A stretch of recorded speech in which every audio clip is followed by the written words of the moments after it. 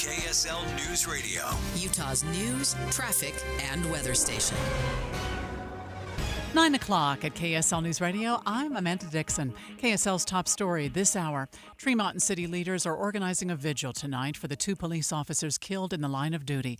The city is inviting people to come to the front of City Hall tonight at 8 o'clock to honor Sergeant Lee Sorensen and Officer Eric Estrada.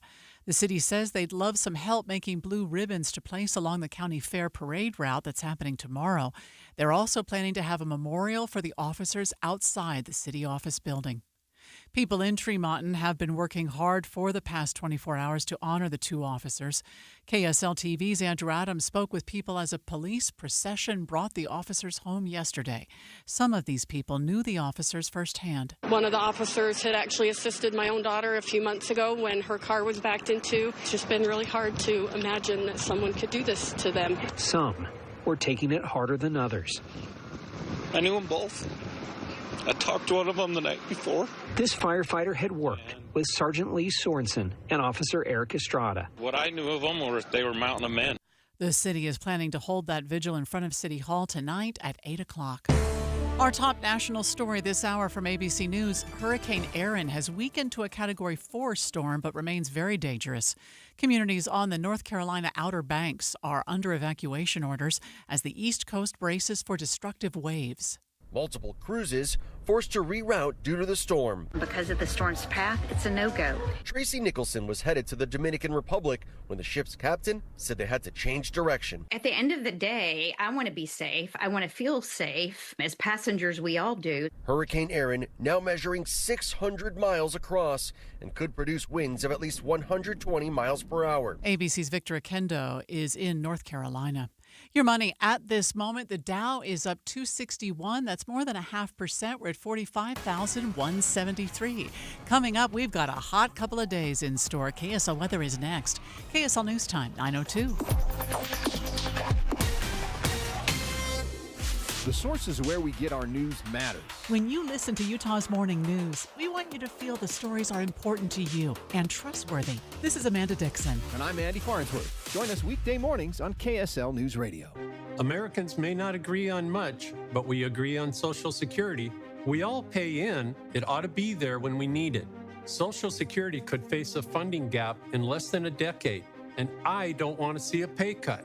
I'm with AARP in the fight to protect the Social Security we earned.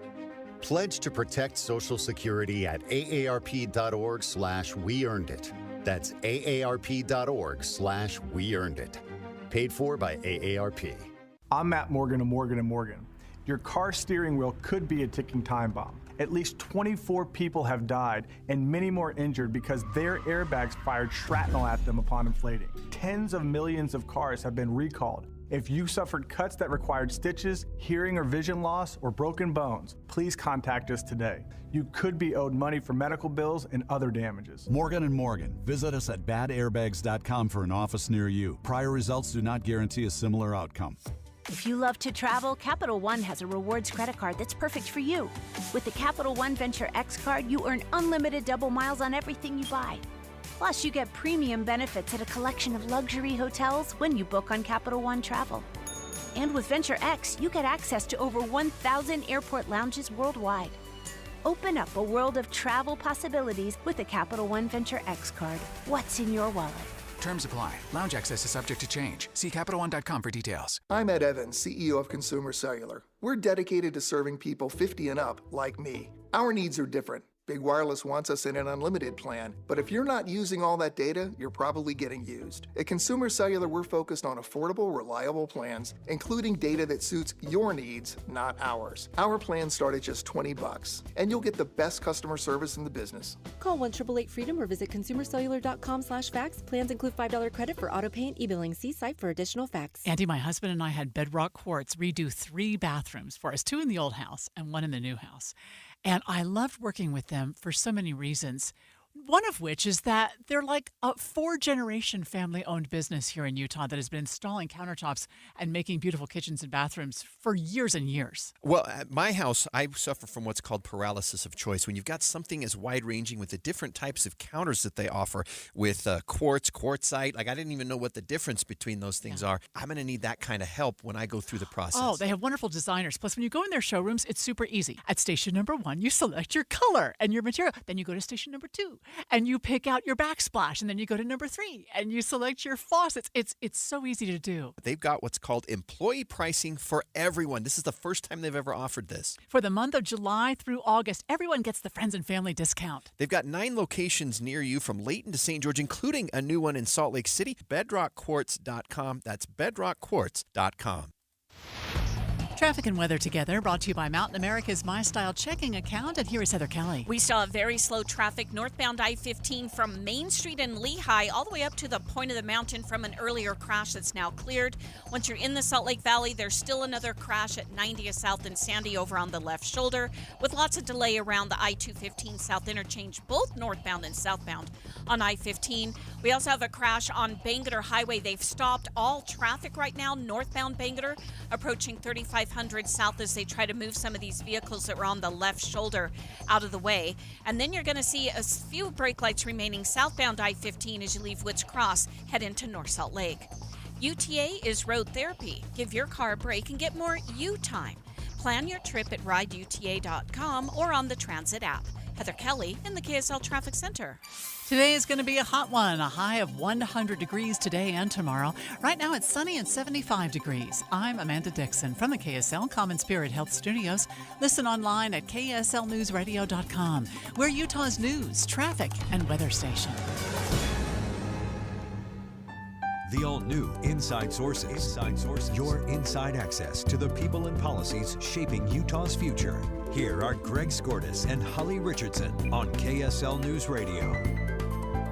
We started the program yesterday with one of the really toughest things we've ever had to start a show with, and that was a shooting that had occurred Sunday night about 9 p.m. in Tremont City in northern Utah, involving 2 officers from the Tremont and Garland Police Department who were killed in the line of duty responding to what appears to have been a domestic violence call at a neighborhood there. We're learning the identity of the officers. We're learning more about who they are, their families, and just really how the community has gathered around them and surrounded them, and not just the community, Holly, of Box Elder County, but the law enforcement community in general. Yeah, all day yesterday, there were messages of support from police departments across the state, but also from Utah political leaders, but also I think just regular people, right, who really care about our community and what happened. And, last night I watched some of the footage of the procession where they were taking the bodies of these 2 officers back up to Tremont, and just there was a delay even of a couple of hours, and people just stayed so that they could pay their respects. That just really stood out to me. KSL News Radio's Adam Small was in Tremont yesterday. We interviewed you, Adam, there. That had to be a rough situation. You're in studio with us today. What can you tell us today that we've learned about these 2 officers? Yeah, so since I was up there yesterday and made my way back, we've learned a lot more about who these 2 officers were. So Sergeant Lee Sorensen was 56 when he was killed in this shooting. He had 17 years of experience in law enforcement, 16 of which were with the Tremont and Garland Police Department. He was actually recently promoted to sergeant and was actually supposed to be sworn in this Friday. So he never even got to reach his swearing-in ceremony, but still passing with the title of sergeant. That is how the police are referring to him, and I think that's pretty cool, too. Absolutely, yes. So Sergeant Lee Sorensen, again, 56. They didn't specify how many kids he has, but he's survived by his wife, Lynette, and then their children. He also received the Distinguished Service Award by Tremont Fire Department earlier this year. The Tremont Police are saying that award is showed for dedication, support, professionalism, and commitment to excellence in assisting fire and EMS during incidents. And then Eric Estrada was 31 when he was killed Sunday night. He leaves behind a wife and 2 children. He actually started his law enforcement career back in 2017 in Logan, which is one of the reasons why the procession first went up to Tremont and then over to Logan, so that more people close to Officer Estrada could pay their respects as well. And he was just described by a lot of people we've seen either on social media or elsewhere, just saying that he just was one of the kindest law enforcement people you'd run into in Box Elder County. And yeah, again, 31 when he passed, and it's not like he had bounced around between Logan. I think I had read that he served with the Box Elder County Sheriff's Office a little bit, actually it sounds like the county jail. Kind of hopped around department to department, and then he joined Tremonton Police earlier this year. Wow, another thing is, Adam, it had to be pretty impressive just to see the show of support by law enforcement. I mean, we were seeing just at the scene itself, there were Weber County, Cache County, Logan, Ogden, the surrounding counties, and of course, Box Elder County has its own departments with Brigham City, Box Elder, Garfield, Tremont, and I suppose UHP, the state, was there as well. But that had to be pretty impressive just to see the show of support from law enforcement community. Yeah, and it always is. I mean, last year when Santaquin Police Sergeant Bill Hoosier passed away, that was the first time I ever covered as a member of the media the death of a law enforcement officer, and I didn't even know that that's what people did. Like law enforcement, EMS workers set up on bridges, they fly the flags, they have signs. People they block off I-15. It was a really cool experience to see that and how much community support's out there. But this one was unique in the sense of how far this procession went. I mean, the medical examiner's office is in Taylorsville, and then these two officers worked. I mean, Tremonton is a hop, skip, and a jump from Idaho. So you're talking about this procession going through pretty much all of northern Utah, almost all of northern Utah. I remember I had gone out after I'd gotten home. I was out doing just some day-to-day stuff, and I was passing through Farmington, and their fire trucks were still set up on the bridge. And I'm like, oh, yeah, the procession's still going. And, like, every time you see that, and especially how far this procession went from Taylorsville all the way to Box Elder and then over to Logan, it's amazing to see the brotherhood and camaraderie that our law enforcement and first responders have in this state, from all the way to Salt Lake to Box Elder and Cache counties. I don't even know if there was a single bridge where there was not at least someone waving a flag, EMS workers, setting up, saluting that procession. It's definitely a very special, but also a very hard sight at the same time. It's very bittersweet. Yeah.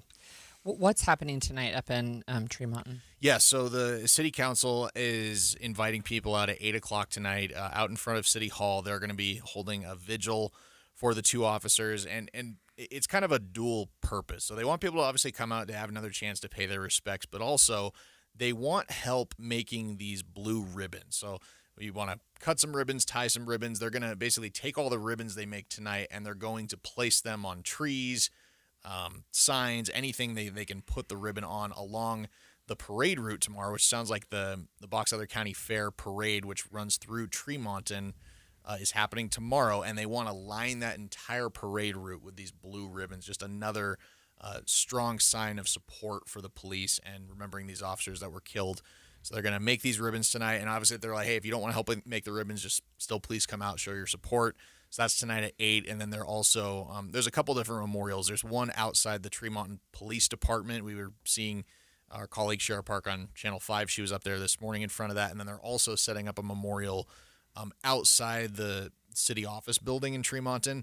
That will be, I believe they said they were starting that up this evening, and it'll run through these officers' funerals. Those will be open. We've only got about a minute left, but can you tell us if we heard anything, and I know it's still very early, from their victims, the victims' families at all? I had reached one of the short answer, not from the officers who died, not their families. I did reach one family member of the surviving Box Elder County deputy.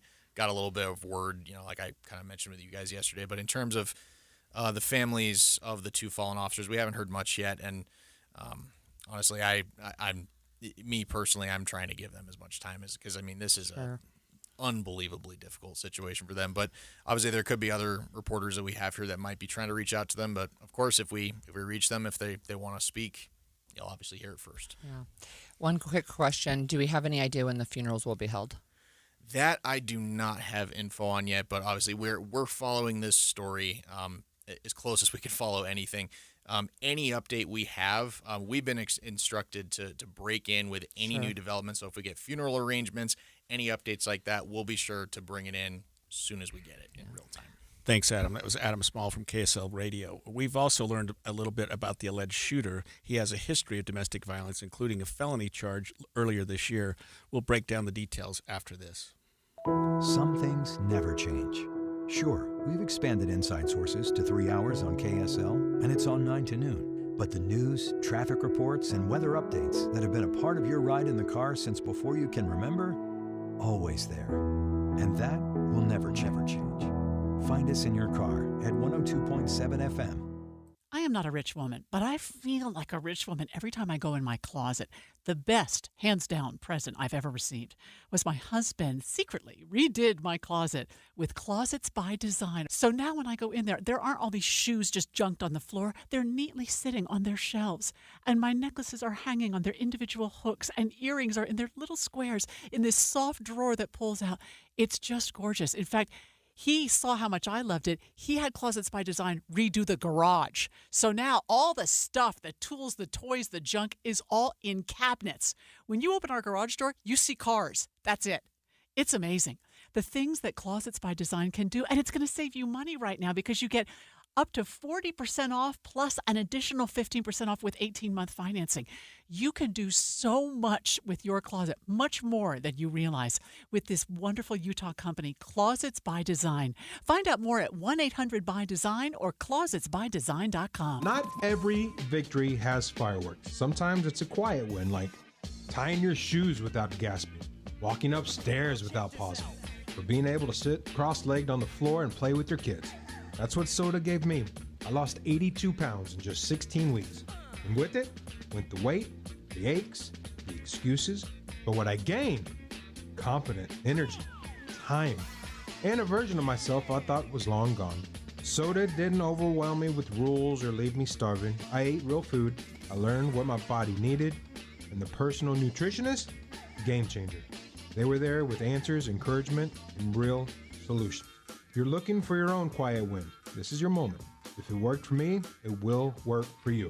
Go to SodaWeightLoss.com, click the Request a Nutritionist callback. It's time. You can do it. SodaWeightLoss.com. SOTA, SodaWeightLoss.com. Soda is, say it with me, state of the art. When it's hot like this, air conditioners struggle to keep up. Parts are under more stress, and sometimes those parts fail. What's up, everybody? I'm Mike Wilson with Any Hour Services, and no one helps more homeowners maintain and repair their air conditioners than Any Hour Services. As a matter of fact, last year, over 32,000 homeowners called Any Hour Services for help maintaining and repairing their systems. Any Hour Services has over 100 HVAC technicians to help with everything from maintenance, repair, to installing a new system. This summer, there'll be a lot of people told they need to replace their air conditioner, and they'll wonder, do I really need to? If you're told you need to replace your air conditioner and you still have questions, Any Hour Services can give you a second opinion and let you know what options are available. Maybe it just needs a little maintenance or a small repair. Maybe it does need to be replaced, but if you don't feel good about being told you need to replace your air conditioner, don't ignore those feelings. Call Any Hour Services for help with air conditioner maintenance, repair, or to schedule a free second opinion. Google Any Hour Services or schedule online at anyhourservices.com. No one helps more homeowners than Any Hour Services. Back to school means back to routine. But don't forget about the mess underfoot. Start this school year fresh with Zero-Res carpet and air duct cleaning. Did you know your carpets can trap up to 40 pounds of dust, dirt, and debris each year? Zero-Res uses patented technology to clean with no sticky soaps or harsh chemicals. Just patented ZR water for a deep clean that's safe for kids, pets, and your peace of mind. Your carpets dry fast, stay cleaner longer, and come with a 30-day gotta love it guarantee. Right now, get 3 rooms plus a free hallway for $119 and 15% off air duct cleaning. Schedule today at Zerores.com. That's Zerores.com. Spelled the same forward or backward. Zerores is the right way to clean. Zerores.com. We all want our kids to grow up safe and healthy, so we show them how. with honest conversations that let them know what we expect. That's especially important when it comes to alcohol and other drugs. And when it comes to pain medications, opioids, they need to know that they should never be shared with friends or family. For more information about talking with your kids about underage use of alcohol and other drugs, visit underagedrinking.samhsa.gov.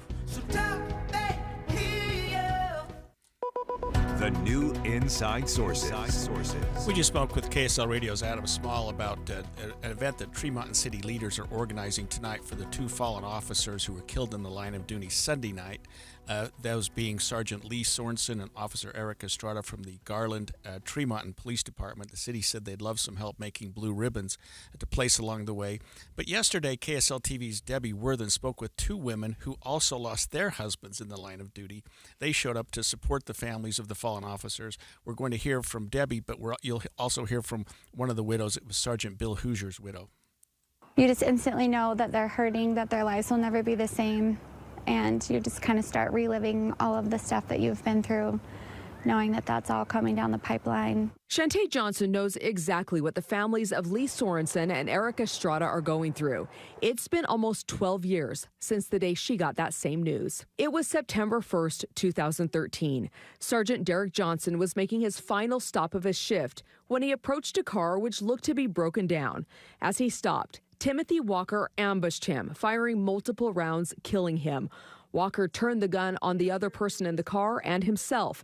They both survived. Walker is serving life without parole in the Utah State Prison. This is the first one that I've attended. Kenda Hoosier's loss is still new. It's all too fresh. It's all too real. Santaquin Sergeant Bill Hoosier died May 5th, 2024 during a traffic stop. Michael Jane is accused of running him over with a semi-truck on I-15. Jane faces capital murder charges and is now accused of attacking multiple deputies at the Utah County Jail. For Hoosier, today is a bittersweet reminder of how the community showed up for her family, something she says does not go unnoticed. They do see it. I promise. They see it. So we spoke with Shantae Johnson yesterday on the show, and, you know, that is exactly what she said to us as well, that you remember the people who show up for the procession that we just talked about. Thousands of people showed up for that, and you remember the ribbons and you remember the memorials and just how much you feel enveloped by the community on the worst day of your life. Yeah, KSL TV's Andrew Adams spoke with people as the procession brought the officers home yesterday. Some of those people actually knew the officers firsthand. One of the officers had actually assisted my own daughter a few months ago when her car was backed into. It's just been really hard to imagine that someone could do this to them. Some were taking it harder than others. I knew them both. I talked to one of them the night before. This firefighter had worked with Sergeant Lee Sorensen and Officer Eric Estrada. What I knew of them was they were mountain of men. And as we were preparing for the show this morning, Holly, I thought I would take a look at the suspect, the person who was allegedly involved in this, and see if he had a prior criminal history. And as I was digging into his court records, I realized that I'd been beaten to the punch by KSL TV's Daniela Rivera, who, of course, was on top of this a day earlier for me. So I thought, well, let's save ourselves some time and go straight to the source. Daniela, thank you for joining us this morning. Well, thanks for having me. And this was a rough situation for everyone. You were able to pull up some information, prior criminal history of the alleged shooter in this case, and of course he's presumed innocent at this point. But what were you able to learn, Daniela? Certainly. So as we started looking at his past, we noticed what looked like a pattern of domestic violence incidents and potential escalation. So we know, going back as far as 2019, that a woman was granted a protective order against him. We know that in 2021, he was charged with misdemeanor domestic violence assault. That case resolved through a plea in abeyance, which, as you know, is when someone has good behavior for a period of time, their conviction will either lessen or be dismissed. In this case, that was after 12 months of no other incidents. He was able to get that off of his record through that deal. And then we know that in 2024, in May of last year, police were called to the home for a domestic disturbance, and he was, in that instance, charged with felony domestic violence charges, including assault and multiple counts of domestic violence in the presence of a child, a woman in the home who had red marks on her neck, told police that he had grabbed her by the throat, threw her on the couch, broke a chair, and all of this kind of occurring out of an argument. But in that case, it was ultimately dismissed a couple months later, the victim in that case choosing not to testify against Bate, which, these cases are very nuanced, they're very tricky. And when we look back at this, we have to look through the lens of understanding, the fear that survivors of domestic violence are living in and why sometimes they choose not to move forward with the criminal justice process. Daniela, can you tell us if we know anything about the person or people who were in the home on Sunday night? At this point, we only know what is is confirmed through police, law enforcement, and court records. We know that police believe prior to officers arriving to help that he is alleged to have slammed a woman's head into a door frame. Police believe that was occurring as they were arriving at the house to try to help in this instance. And again, he's not convicted of anything in this case, but those are the allegations that we're seeing in initial arrest records. Yeah, and I was looking, Daniela, at the 2024 felony case. As you correctly indicated, it was an aggravated assault, third-degree felony, plus 3 counts of domestic violence in the presence of a child, 1 for each child, those also being felonies, dismissed. And do we know, the reason for the dismissal obviously almost certainly was because the alleged victim didn't want to pursue the case. Do we know if they were married?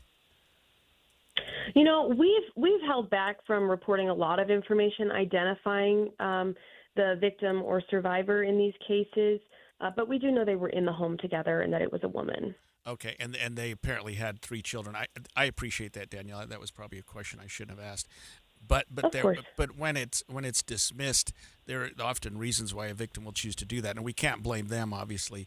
But he did had 4 felony charges dismissed, and maybe he hadn't committed the crimes anyway. We don't know. But the 4 felonies and 1 misdemeanor dismissed in that case. That was also in the Tremont area of Box Elder County, Holly. Yeah. Thank you for that information, Daniela. I appreciate it. Greg, I have a question. Absolutely. I have a question for you. I heard in one of the sound bites about the person who is being charged with killing Sergeant Bill Hooser last year, that it was capital murder. You've also talked about aggravated murder for this current suspect. Is there a difference? No, there's not. Aggravated murder is a capital offense. So we often think of felonies as being first, second, and third degree, which is absolutely true. But aggravated murder is a capital offense. It's more serious than a first-degree felony. So in Utah, without getting too deep into the weeds, a murder becomes an aggravated murder if the murder is committed in connection with an aggravating circumstance, which in this case could include the fact that the murder involved a police officer. So if a person commits a murder and that victim is a police officer and the person knows that they're a police officer, it's related to their duties as a police officer, the state can elevate that to an aggravated murder. It's also an aggravating circumstance if 2 or more individuals are involved. And that doesn't necessarily even mean that they're killed. So the fact that there are two killings and the third officer who was wounded could make this an aggravated murder as well. So he's booked into jail on aggravated murder, which could be a capital offense. Now, that's going to be up to the Weber County Attorney's Office to decide. Box Elder County Attorney's Office certainly would have jurisdiction over this, but just to get away with to get away from any aspect of conflict of interest, because they obviously work with those police officers every single day, the Weber County, which is the next county south, Attorney's Office is going to handle both the investigation and I'm assuming the prosecution of this case. Of course, it'll probably still be done in Box Elder County, although with jury sentiment and that type of thing, it could be in a different venue if it ever gets to that point. But it looks like Weber County is going to be handling the investigation and the prosecution at this point. He's presumed innocent. He's in the Box Elder County jail right now, I believe, on suspicion of aggravated murder. And the charges, we don't know what they're going to be yet, but those should come fairly soon. Yeah, that was a further question. So he's been booked in, and there's booking documents, I guess, and there's still not formal charges filed yet. Right. They usually have 72 hours from the occurrence to charge. So a Sunday night, they'd have until, Wednesday night. There's no hurry on that. And he's held with no bail, so he's not going anywhere. No rush for the attorneys. But they're doing their investigation. Of course, there's so many other things going on in that community with respect to the vigils and whatnot for the victims. But the prosecution still needs to proceed, and I'm sure that they're working actively on that. Thank you for that. Look, we've talked so often about fires on the show and how many in Utah have been human-caused. It's the vast majority this year. Well, an arrest has been made after a fire that was set deliberately in southern Utah threatened homes and historical buildings. Stay with us. We'll talk about that after the break. 9:30 at KSL News Radio. I'm Amanda Dixon. KSL's top story, we're learning more about the man who's accused of shooting and killing 2 Tremont and Garland police officers. KSL TV's Daniela Rivera did a deep dive into the history of Ryan Bate. When police responded to Ryan Bate's home in May 2024, a woman with red marks on her neck reported Bate grabbed her by the throat, tossed her on the couch, and broke a chair. He was arrested, charged with felony counts of aggravated assault and domestic violence in the presence of a child. The case was dismissed when the victim decided not to testify. Bate is now in jail on suspicion of aggravated murder. If prosecutors charge him with that, he could face the death penalty if he's convicted. Our top national story now from ABC News. Ukrainian President Volodymyr Zelensky says he is ready to meet with Russia's president after meeting President Trump at the White House. Zelensky and 7 European leaders racing to Washington to sit down with Trump, determined to end the war in Ukraine. It was just 6 months ago the two leaders had that disastrous meeting in the Oval Office that turned into a shouting match. This time around, both leaders intent on avoiding a repeat. And thank you very much for your efforts, personal efforts to stop killings and stop this war. Thank you. But Zelensky was adamant. To end the war in Ukraine, he needs security guarantees in case Russia invades again. ABC News senior political correspondent Rachel Scott. Your money at this moment. The Dow is up 115. We're at 45,027. Coming up, we've got a hot day in store today. Actually, 2 hot days in store. KSL weather is next. KSL News Time, 9:32. Mornings are for recharging. And they're for starting your day right. We volunteer to join you in the car. Get news and weather at 102.7 FM during the most important part of your day. Andy and Amanda, each morning between 5 and 9 on KSL News Radio. If you love to travel, Capital One has a rewards credit card that's perfect for you. With the Capital One Venture X card, you earn unlimited double miles on everything you buy. Plus, you get premium benefits at a collection of luxury hotels when you book on Capital One Travel. And with Venture X, you get access to over 1,000 airport lounges worldwide. Open up a world of travel possibilities with the Capital One Venture X card. What's in your wallet? Terms apply. Lounge access is subject to change. See CapitalOne.com for details. Finding great candidates to hire can be like, well, trying to find a needle in a haystack. But not with ZipRecruiter. Its powerful technology actively finds and invites qualified candidates to apply to your job. So while other companies might deliver a lot of hay, ZipRecruiter finds you the needle in the haystack. See why 4 out of 5 employers who post a job on ZipRecruiter get a quality candidate within the first day. Try ZipRecruiter for free at ZipRecruiter.com/free. That's ZipRecruiter.com/free. Hey guys, it's Woodrow from Mint Medical Clinic. Are you struggling with ED? Well, you are not alone, and now there's a real solution that treats the root cause, not just the symptoms. Introducing our Trifecta approach, a breakthrough combination of acoustic wave therapy, hormone replacement, and cryotherapy, all designed to restore blood flow, boost performance, and rebalance your hormones. Whether it's ED or hormonal imbalance, if you're ready to reignite your love life, this treatment helps bring back your energy, your drive, and your confidence. And right now, when you call, you'll receive a free consultation, a blood flow ultrasound, and an intimacy gift. That's a $650 value, absolutely free. And here's the bonus. The next 20 callers will also receive a 5-night stay at a luxury resort in Hawaii just for taking the first step. But you must call now. With 2 convenient locations in Layton and Sandy, help is closer than you think. Call 801-804-8000 now. That's 801-804-8000. Mint Medical Clinic. We'll get you back to mint condition. Hey, this is Dan, the laptop man from PC Laptops. Myth. You might have heard that you need to spend a fortune these days to get a powerful computer. Correction, at PC Laptops, we wanted to prove that wrong. So here's the most amazing deal that we've ever done at PC Laptops for you in over 30 years. The new 2025 S1 desktop or SM3 laptop for only $999. You heard that right, $999. You get a blazing fast processor, 16 gigs of RAM, and over a terabyte of blazing storage for $999.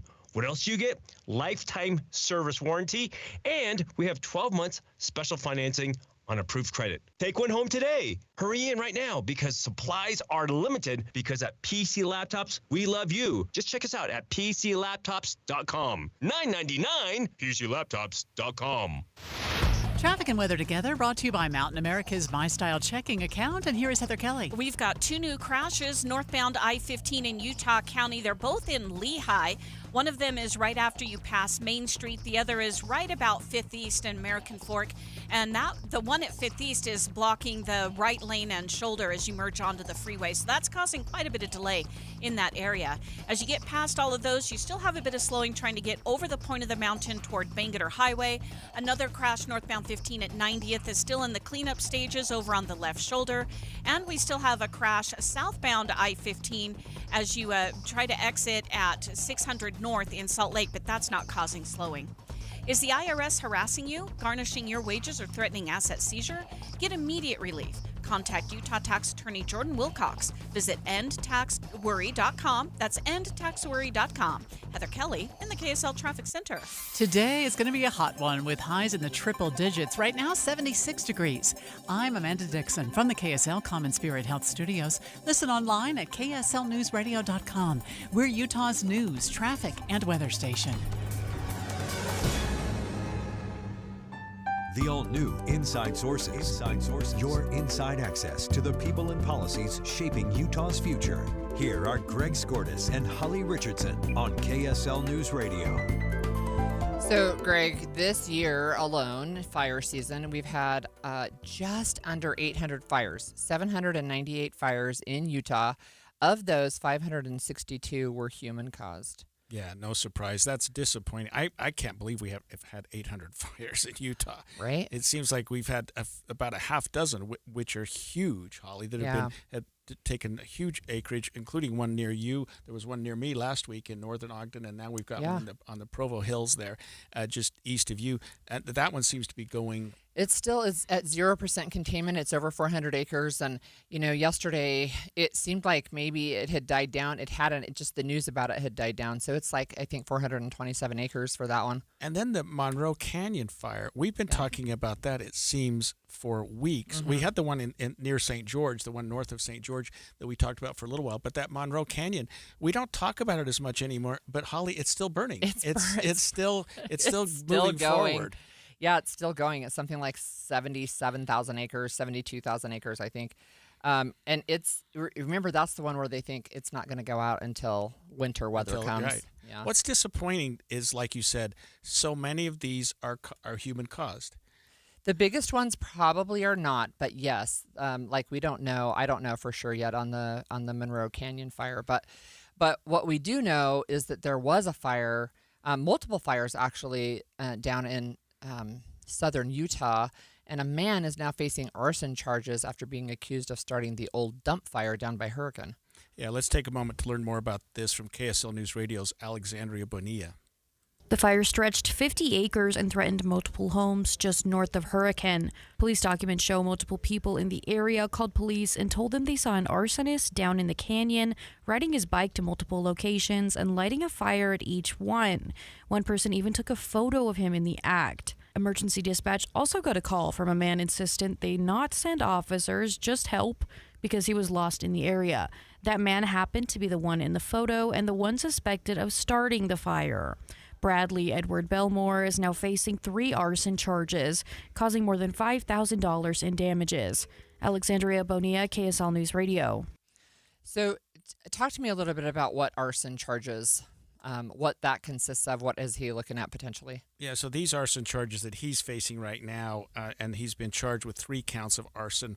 all three being second-degree felonies, which means they carry from 1 to 15 years in prison and a fine of up to $10,000. Arson is one of those crimes a little bit like some theft crimes where the value of the property damaged sort of dictates the severity of the crime. But also, if the arson is done, which didn't apply here, to defraud an insurance company, or it threatens homes or people, it can be elevated to a more serious charge. But otherwise, if it causes significant damage or it's at or near places where people could be hurt, it could be a felony. And in this case, he's charged with 3 counts because, as Alexandria just said in her report, people saw him moving from point to point to point, starting fires. Then, this is almost unbelievable, but he calls to get some help because he's lost and says, hey, I'm lost, I need some help. But whatever you do, but don't send the police. Like, okay. Yeah. I mean, this is a person that's got some issues. I looked up his criminal history, and of course he's presumed innocent, but he does have a recent, just a month earlier, drug charge, second-degree felony, couple misdemeanors. 2 months earlier, theft charges, several misdemeanors. So again, just June 13th, July 26th, August 18th. Oh, wow. 3 different times where he's charged with crimes, not convicted of any of them, presumed innocent of all of them. But that's quite a history if any of these pan out. Yeah. Down in that area there, I saw some of the pictures online, right? The people who saw him starting the fire, they could see him use a lighter to reach down. At least that's what they're reporting as the witnesses, and take a picture of him and be able to share that with police officers. But when he said it in this, or allegedly said it in this area down by Hurricane, they said the fire warden down there said it could have gone up through the grass and sage and then into the neighborhood. So they were able to put it out, but of course, all fires are dangerous, but this was in an area where there's a lot of homes. There was a time when I worked at the district attorney's office, and I was assigned to what was called the arson fraud unit. We dealt with not only white-collar fraud cases, but arson cases. Most of those, Holly, were in relation to insurance fraud, as you can imagine. Some were related to trying to harm someone you lived with or loved or something like that. Right. But you didn't see a lot of people that were just, as this case is alleged to be, just mischievous. I'm just going to cause a fire, and maybe it happens far more than you think. But I mean, with everything going on in the state right now, with all the drought, with all the fires, with all the people that are out there risking their lives, there's firefighters every day to save the rest of us so our homes don't get burned. You get some knucklehead who's out there starting fires intentionally.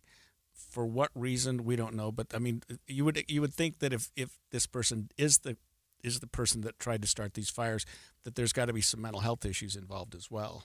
We'll follow. Not that forgives or helps anything. We'll follow this, but we also know, like, there's fire restrictions in Utah right now, and a lot of people. I mean, whether they know about it or not, it feels like people are not really paying that much attention. So I know that the stage 2 fire restrictions say that you cannot have a fire in a fire pit, even if you're going up, even to established campgrounds. And people are just like, well, whatever. It's a fire pit, so I can use it. Well, and that North Ogden fire that we had in our area last week looked like it was one of those fires that starts and the neighbors are sort of watching it, and the firefighters are getting on scene and just thinking, well, somebody started a fire, a car got too close to the ground or something. Right. But the fact that there's so much dry fuel around this state right now, so much that a fire can just expand. I don't know how big your fire is in Provo area, but it's gotten 427 acres. That one's gotten huge. It doesn't get some of the attention that some of these other fires have because it doesn't seem to be threatening homes yet. Right. But it's got to grow in one direction or another, and there are homes going up that hillside. It's growing up the mountain, which I learned. Fire, that's where fire likes to go. But yeah, I mean, it's one of the things where we talk about being fire safe, and sometimes it feels like we think that the rules might apply to other people because we know how to be safe. We know how to make sure our fire is put out in the campfire. But one spark with a gust of wind, this tender is so dry, right? We've been in red flag warnings off and on all summer, which we know that you have to have three things: high temperature, really low humidity in the vegetation, and wind. And we keep having that. And thankfully, we are out of the fireworks season. Right. The 4th and the 24th are behind us. Don't light off fireworks, even if you're in an area that seems safe. I mean, we're well past that time, and there are no other fireworks times this year that I'm aware of. Not until you get to New Year's. Yeah, let's knock that off and try to keep the fire situation under control. Well, look, so this is a total pivot, but Senator John Curtis recently went to Zambia, and I've been there multiple times, but he saw firsthand why China is winning, especially when we talk about soft power and China's Belt and Road initiatives that they've got going on in Africa. That's coming up next. We're streaming live at KSLNewsRadio.com and on the app for KSL News Radio. We're sponsored by At Your Service Pros. This is the story of the one. As a safety manager at a manufacturing plant, he does everything he can to keep his coworkers safe. From finding ways to reduce risks to keeping safety supplies in stock. And for that, he relies on Grainger. Grainger offers a broad range of quality products and next-day delivery, so he can always play it safe. Call 1-800-GRAINGER, click Grainger.com, or just stop by. Grainger, for the ones who get it done. If you love to travel, Capital One has a rewards credit card that's perfect for you. With the Capital One Venture X card, you earn unlimited double miles on everything you buy. Plus, you get premium benefits at a collection of luxury hotels when you book on Capital One Travel. And with Venture X, you get access to over 1,000 airport lounges worldwide. Open up a world of travel possibilities with the Capital One Venture X card. What's in your wallet? Terms apply. Lounge access is subject to change. See CapitalOne.com for details. Did you hear?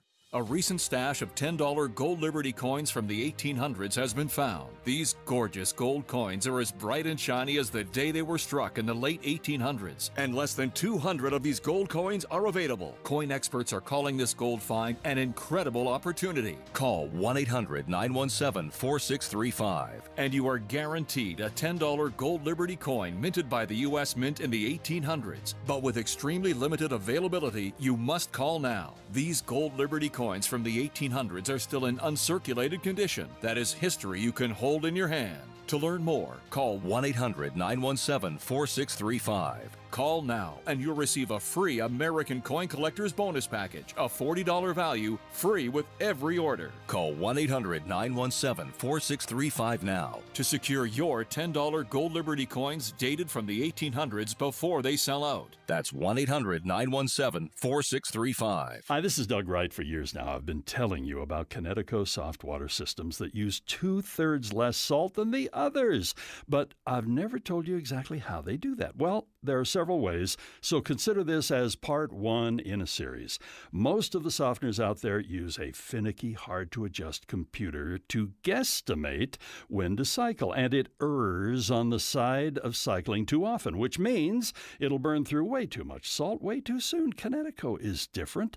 It has an all-mechanical system that measures the water precisely. No computer, no guesstimating, so it cycles only when needed. The result, Connecticut delivers perfectly soft water 24/7 using minimal salt. So why not save your lower back from carrying the 3 bags of salt when all you need is 1?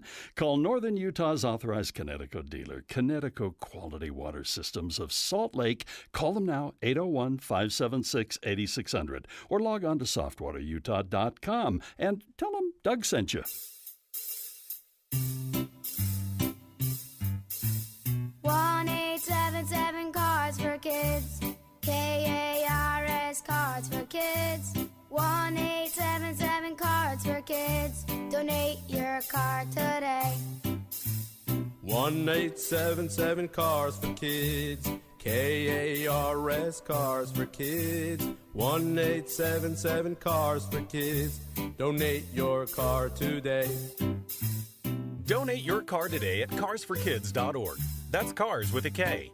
Your car, running or not, can be picked up as soon as the next day. You'll get a maximum tax deduction and a vacation voucher. 1-877 Cars for Kids. KARS Cars for Kids. 1-877 Cars for Kids. Donate your car today. Now accepting donations of land, homes, buildings, or any kind of real estate. Hi, it's Tori DeVito. In every family, small conversations can make a big impact. I grew up on tour with my parents. Kind of different, but we bonded over music just like other families do over sports, camping, or other interests. And we talked. Little everyday conversations from silly to serious that built a foundation over time. Honest conversations, like when my dad shared his experiences as an alcoholic. Your honesty about that part of your life gave me a sense of integrity that I wanted to uphold in my own life. And I was so grateful that you and Mom had become these sober, stable people who were always there for me. I wanted you to know from someone who's been in recovery more than 30 years now that hard work is what creates success, not alcohol or other drugs, whether it's music or anything else. I said it a lot, and I'm glad you took it to heart. Talk, they hear you. For more information about talking with your kids about underage use of alcohol and other drugs, visit underagedrinking.samhsa.gov. Inside Sources. So, look, I have to tell you, I've been to Zambia multiple times. I've been to Africa a number of times, but I've gone to Zambia multiple times doing humanitarian work with Mothers Without Borders and a couple of other times for family reasons. And it's one of the countries where China has a really big influence, and they have an initiative that they have been using in Africa and elsewhere around the world that they call the Belt and Road Initiative. And basically what that is China comes in and says, hey, we're going to help you with infrastructure here in your country. And, there's no strings attached right now. They'll come later. So what they have done is there really is really significant infrastructure investment from China all across the African continent, and Zambia is not immune. In fact, I have a friend who is Zambian, and her son went to work as an adult in China because China was offering jobs to these kids from Africa and paying them significantly better than they could make in Zambia. So her boy went and worked there and sent money home, and they feel connected and kind of beholden to China. Yeah, you're talking about the Belt and Road Initiative that China has exercised in that region for more than a decade. But it also includes, I think you indicated, buying property and investing in the infrastructure there. Mm-hmm. So they become investors in the country. They become partners with the country in building up their structure, which is this soft power that you talked about earlier that the United States is backing away from. And John Curtis is saying, hey, wait a minute, we're losing this battle if we continue. Yeah, that's right. And he went to see some of the difficulties of competing with China specifically, but China is Africa's largest trading partner. It's also Africa's largest creditor. And Africa's a continent. There's 53 or 54 countries on the continent. It's not a country, it's a continent. But the United States, right, sometimes will do aid, and we've had conversations about USAID, which is the U.S. Agency for International Development. We've had conversations about burning food, right, instead of distributing it to starving children. And the United States chose to burn contraception that was supposed to go to Africa. I mean, it's those types of things where China comes in and says, hey, I'm going to give you food, I'm going to give you roads, I'm going to give you medicine.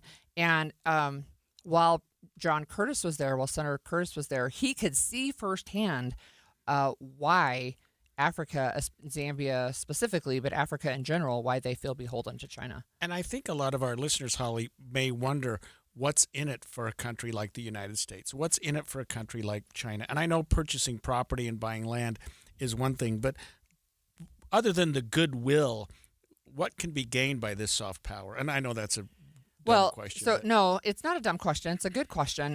And one of the things that we talk about in foreign policy is you can have hard power, that's weapons, but you can have soft power, and that is gained over years of a trusting relationship, of a mutually agreeable relationship. So one of the things that can be gained, of course, is you keep people on your good side for just a way to simplify it, right? So when you have, for example, if things were to explode with a world war, and I'm not saying that they would, but China could basically call in its chips, and there are countries that are beholden enough to China that they would side with the United States.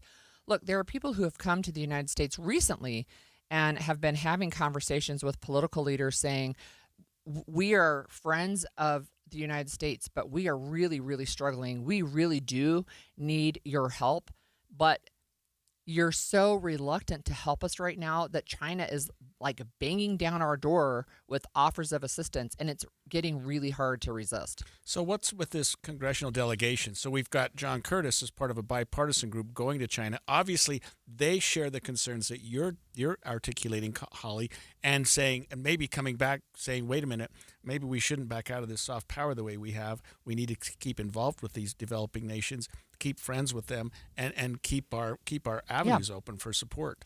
Yeah, both and ways. there's multiple reasons to have soft power in these alliances and relationships, right? And it doesn't mean necessarily that you're saying, we can't have conversations about how to make your government better. Zambia has been plagued with corruption at the top levels. I don't know the current president, but when I was there a few years ago, it's been a little while. It's probably been 15 years, but they had a presidential election, and one of the candidates advertised in the newspaper, talk about political ads, he advertised that his opponent beat him because they used a witch doctor, right? And so that they were still talking about witch doctors. And they still do, actually. So Curtis was back in Utah speaking to Strider Technologies, which is a Utah-based high-tech strategic intelligence firm, talking about this. We want intelligence, right? We don't want... we want to be the ones that know what's going on and other countries' secrets, maybe, rather than having all of our secrets shared across China. So this seems to be a pushback, that's probably the wrong word, from what the Trump administration is doing, which is backing out of some of these countries and indicating, I think, to the support of a lot of his supporters, that we're giving too much to some of these countries. This foreign aid has gotten too far. But what you're explaining is that there's a reason for that, that it can help you on the back end as well, that it's not simply some form of international charity, right? I don't think that's a bad thing, but yes, there are multiple reasons to be involved. And part of it, I think part of it is just being a good neighbor. But when you are a good neighbor, then you have good relationships and you have feelings of mutual respect, right? That's one of the things about being a good neighbor, I think. And I think one of the things that happens, and just imagine if this were on a family level, right? If we say, okay, well, we used to help you, but now we're not going to anymore. You may feel a little betrayed, and you may feel like you can't trust that person who was helping you, and then they, yanked all that support away. But one of the things that Curtis also addressed was that Trump's tariffs are causing unpredictability. He thinks that the way that President Trump has implemented the tariffs, which, as we've talked about on this show, is up and down, and it's going to be 25%, and then it's going to be 150%, and then it's going to be 200% on pharmaceuticals, but really it's only 25%. That hurts small businesses. And he thinks he has signed on to something called the Prove It Act, which is basically data-based. We're trying to look at data to say, are there things that we can measure here before we start imposing these tariffs willy-nilly? And are we getting too far behind in a lot of these African nations? And we're talking about Zambia, but it seems like China's got their foot in the door throughout that continent in ways that we did maybe decades ago in South and Central America, but that we can't go to sleep on Africa. Yeah, so one of the things, again, that Curtis pointed out recently is, for example, we have done things with PEPFAR, which is the program to prevent AIDS, right? And it was cut and then it was reinstated. So I think it's still ongoing. I don't know if the medications have actually reached Africa yet.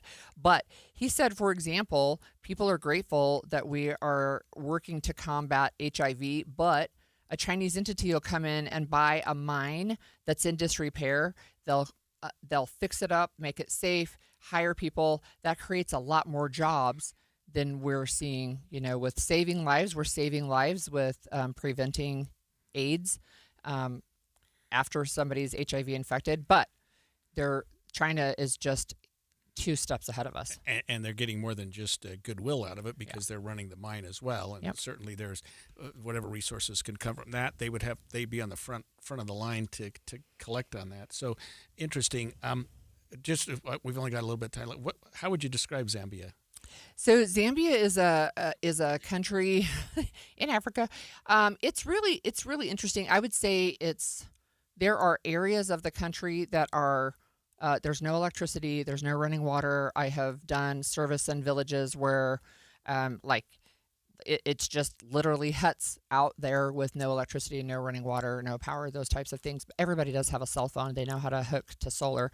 But I would also say, like the capital of Zambia, which is Lusaka, it is decent. Like, you have good electricity, good power.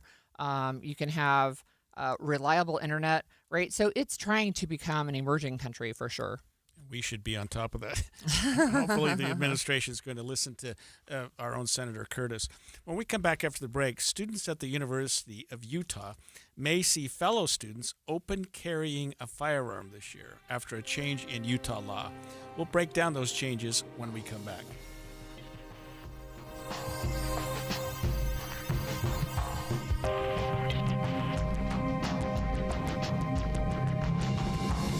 KSL FM Midvale. KSL Salt Lake City. From the KSL Common Spirit Health Studios, this is KSL News Radio. Utah's news, traffic, and weather station.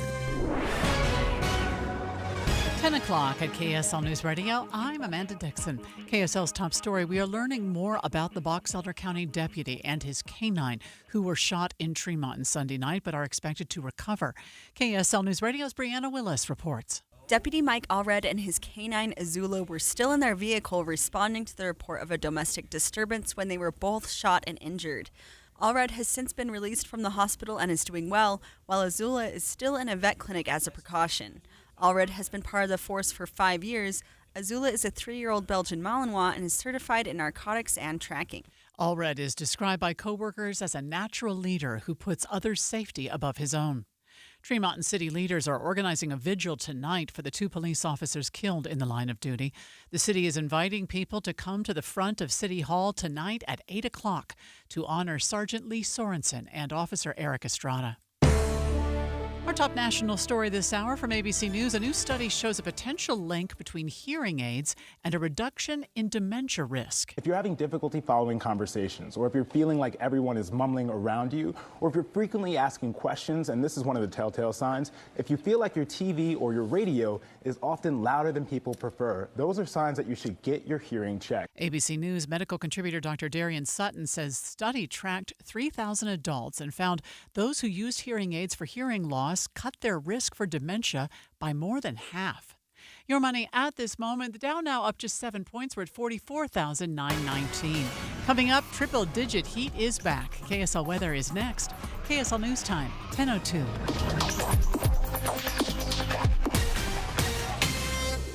A reminder about the simplest way to get updated for your day. Hit your KSL preset when you jump in the car, and we'll take care of the rest. Hear key news updates and traffic reports. Andy and Amanda from 5 to 9 in your car. KSL News Radio at 102.7 FM. The IRS finally caught up with Louie. I hadn't paid my taxes in 8 years. I owe the IRS a lot of money. Louie was in deep trouble. We're going to take your house, put a lien on your bank account, garnish your pay. They don't care. They're going to take your paycheck. Louie found out about Optima Tax Relief, the leading tax resolution firm. A-plus rated by the Better Business Bureau, they've resolved over $1 billion for their clients. Optima Tax, they help me. They calm me down. They make me feel comfortable, and I trust them. Louie has a lot to be thankful for. I don't owe the IRS anymore, and I'm able to live a comfortable life, a lot better life. It was because of Optima Tax. For tax help you can trust, call Optima now for a free consultation. Take it from Louie. If you owe the IRS, don't go it alone. Give Optima Tax a call. They can help you. Call 800-343-6460. 800-343-6460. 800-343-6460. Optima Tax Relief.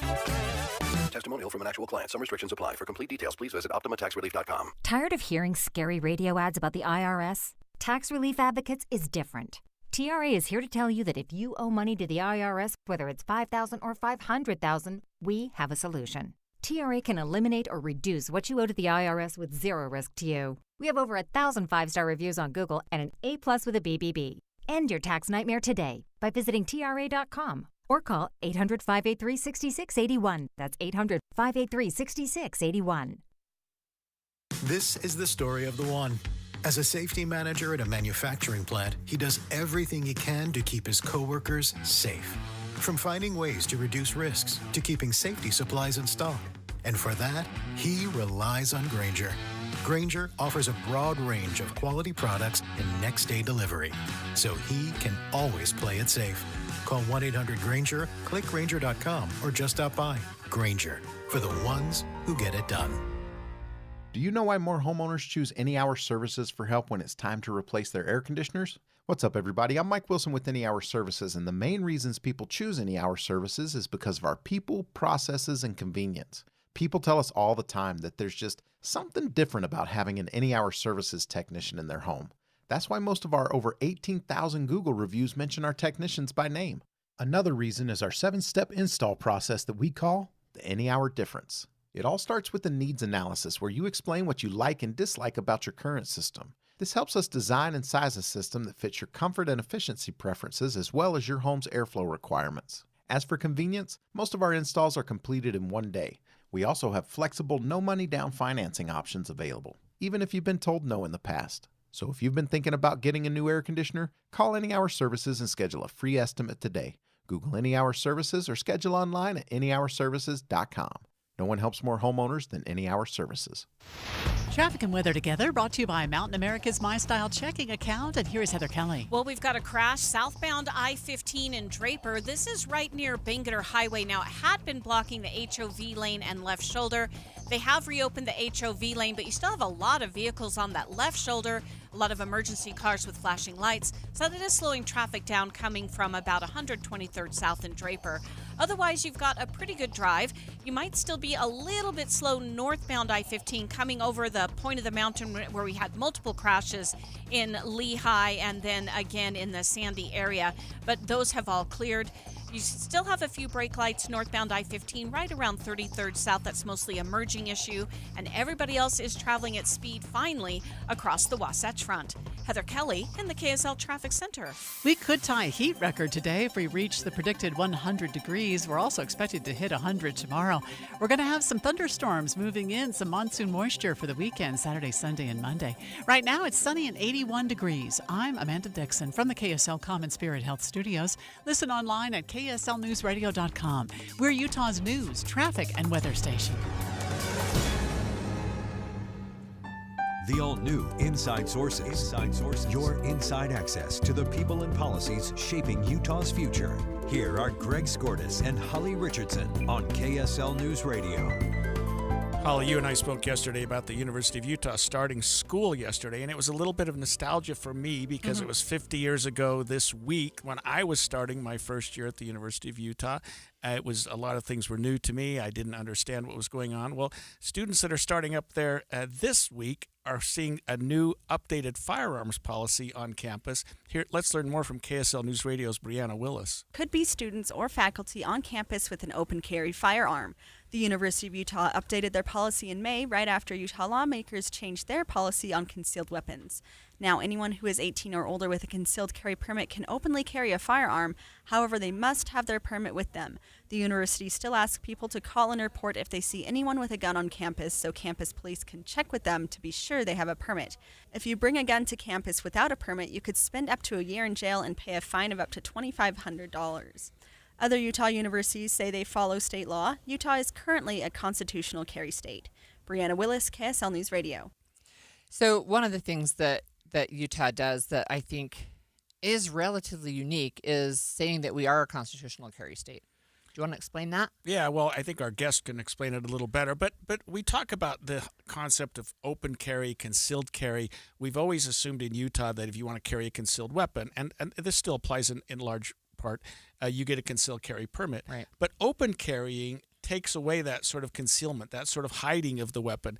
And some people say, well, if you can open carry all day long, so long as you are open and honest about it, you're not hiding anything. Whereas a concealed carry is a little more, at least it puts law enforcement and others at a little bit of a disadvantage. But let's get the expert here. We've got Clark Aposhian, chairman of the Utah Shooting Sports Council with us, Utah gun lobbyist. Clark, thanks for joining us this morning.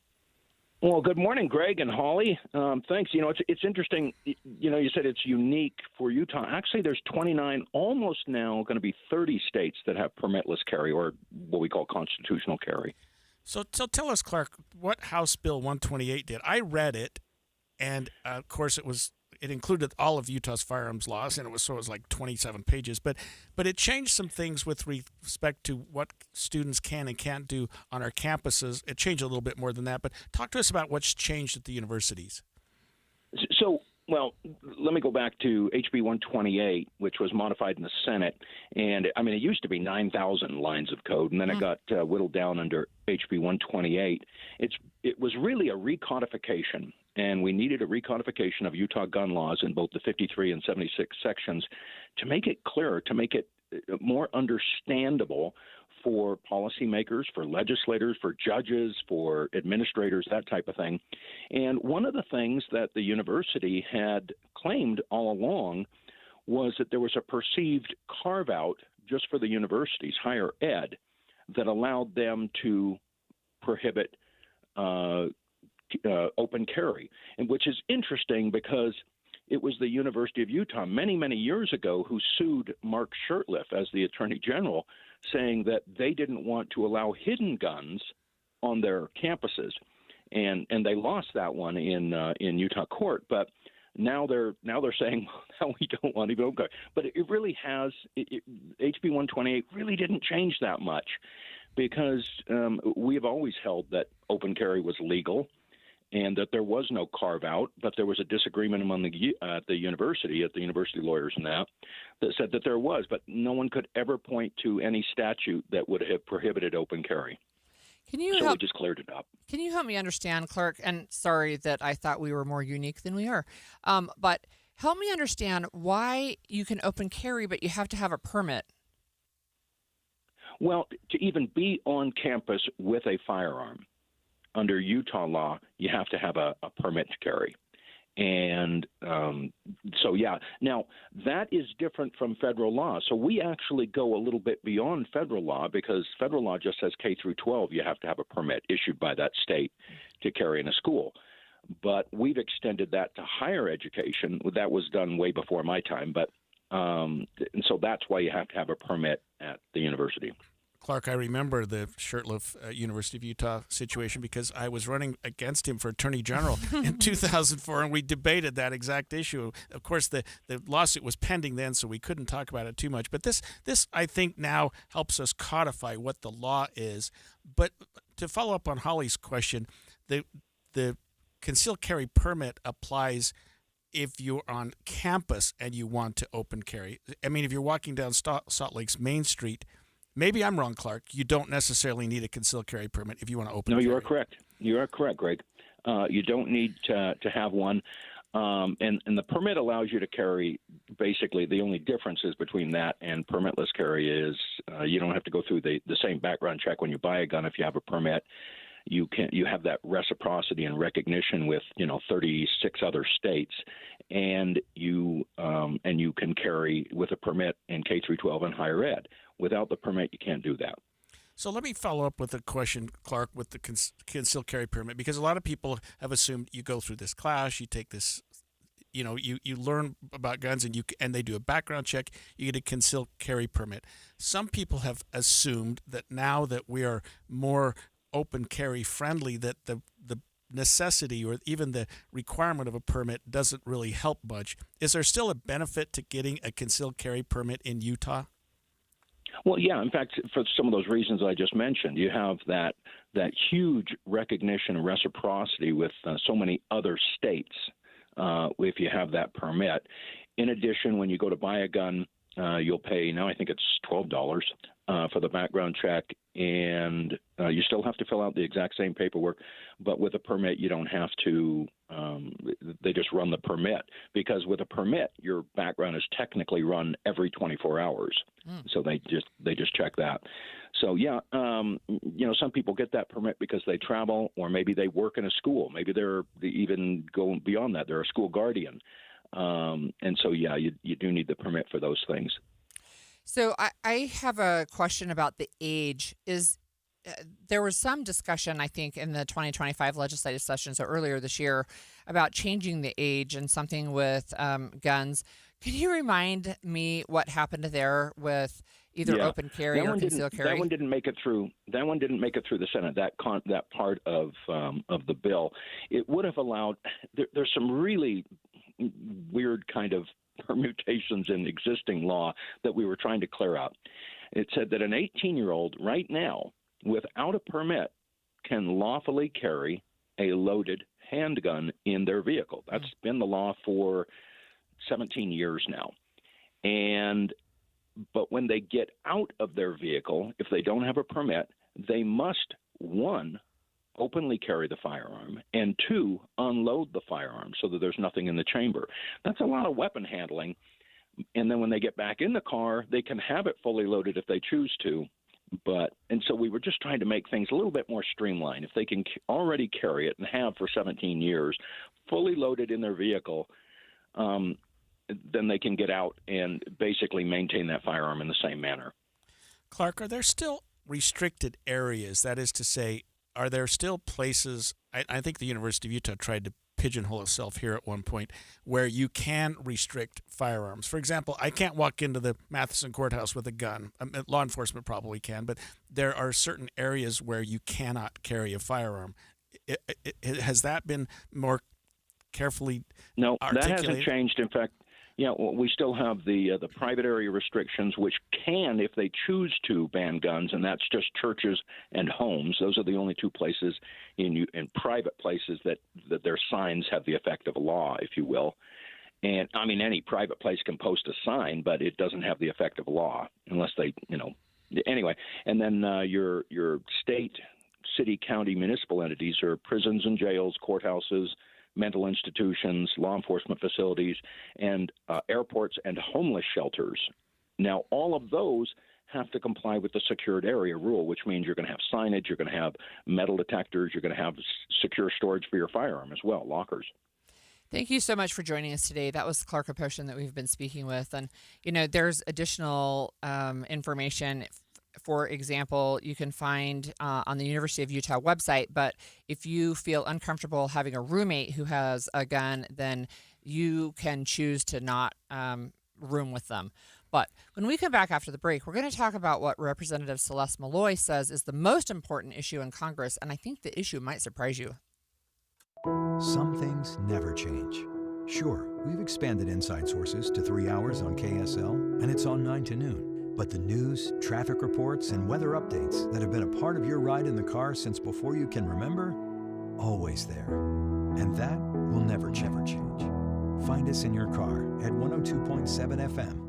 It all started with a commitment to comfort. Gillette Heating and Air is proud to be Utah County's go-to team for expert HVAC and plumbing solutions. Need a repair, upgrade, or seasonal tune-up? Don't let cost hold you back. With 0% financing available, it's easy to get the work done now and pay later. Plus, save $100 on any repair over $500 and keep your system running strong with a professional tune-up before the heat hits. Visit GilletteHVAC.com or call 385-GET-COOL to book today. Homegrown service pros, financing made simple, comfort made easy. Carrier, turn to the experts. A Carrier factory authorized dealer. It's time to get a new Bernina machine at Dave's Bernina in St. George and Provo. Incredible August savings on the Bernina 770 Cape and 700 embroidery closeout machines. And you've got to see the exciting all-new Bernina entry-level and pro lineup machines with limited special introductory pricing. Save hundreds to thousands of dollars on select Bernina sewing, quilting, and embroidery machines and get special free bundles of accessories. These free gift packages include items such as embroidery kits, presser feed set, machine and travel cases, embroidery software coupons, books, ruler kits, and lots of accessories. 0% interest for 18 months on certain models. See store for details. Come in now for bargains on trade-ins, classroom, and demo machines that come with warranties. Dave's Bernina, 691 East St. George Boulevard and 2017 North 550 West in Provo.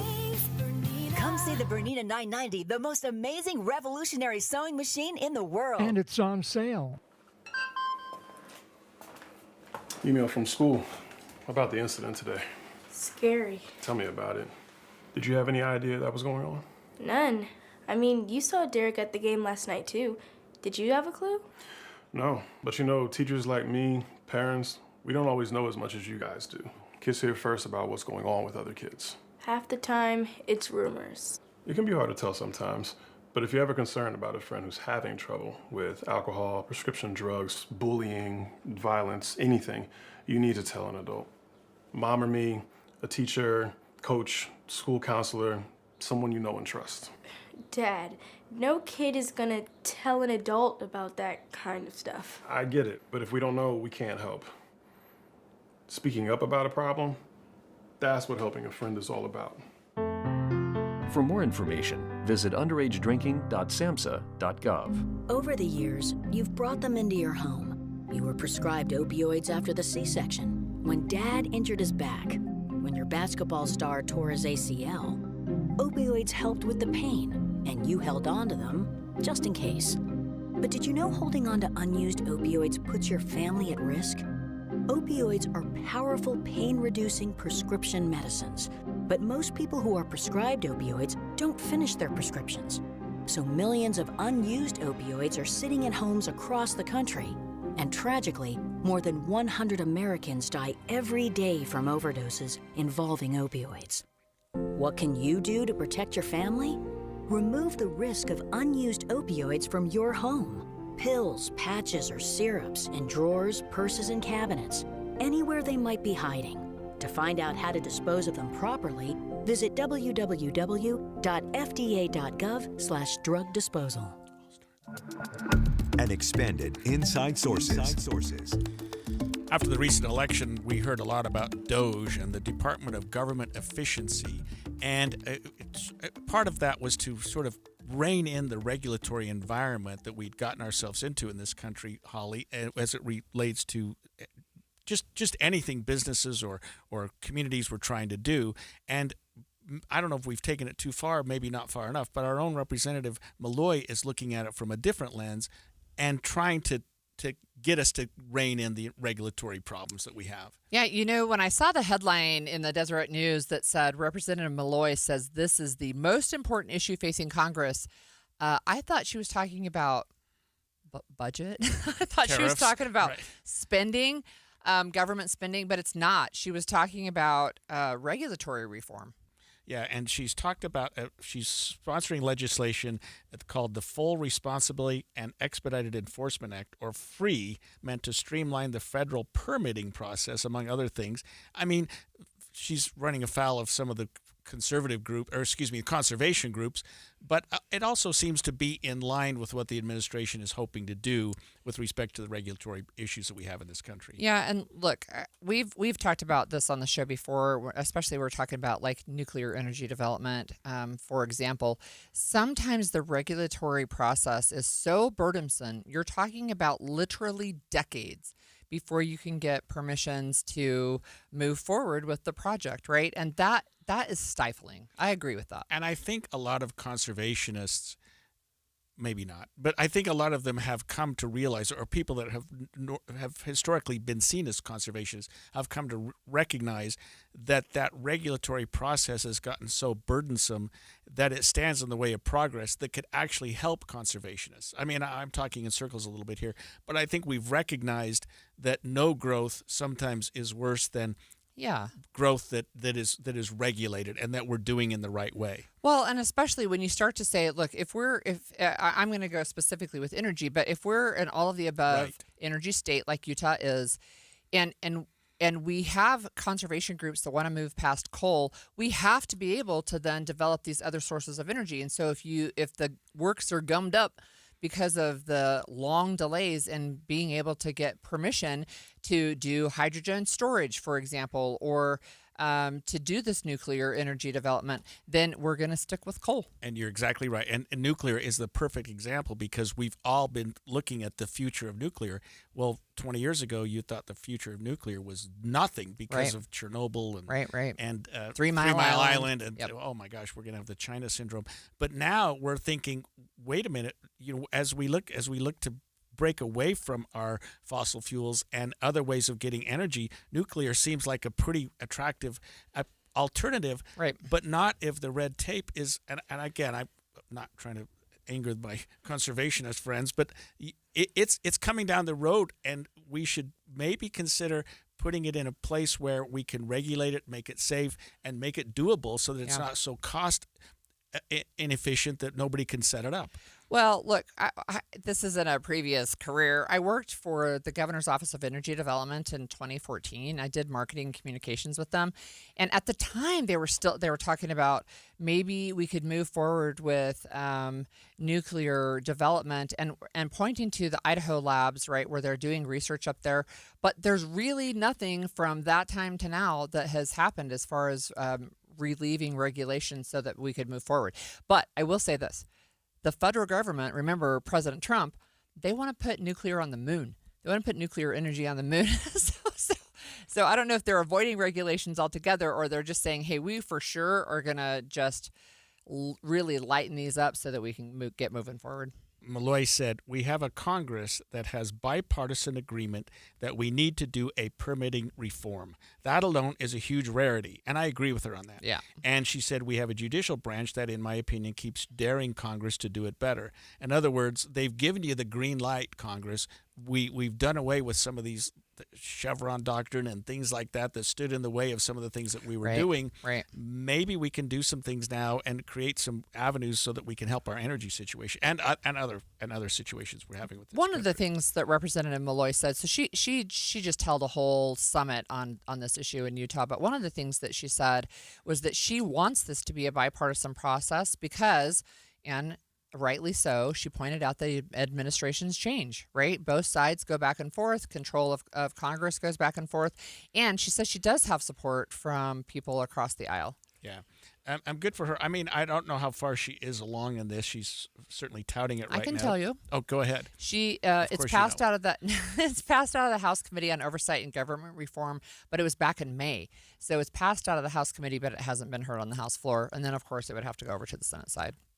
I can see that now. The Oversight and Government Reform Committee passed it by a 23-19 vote. Mm-hmm.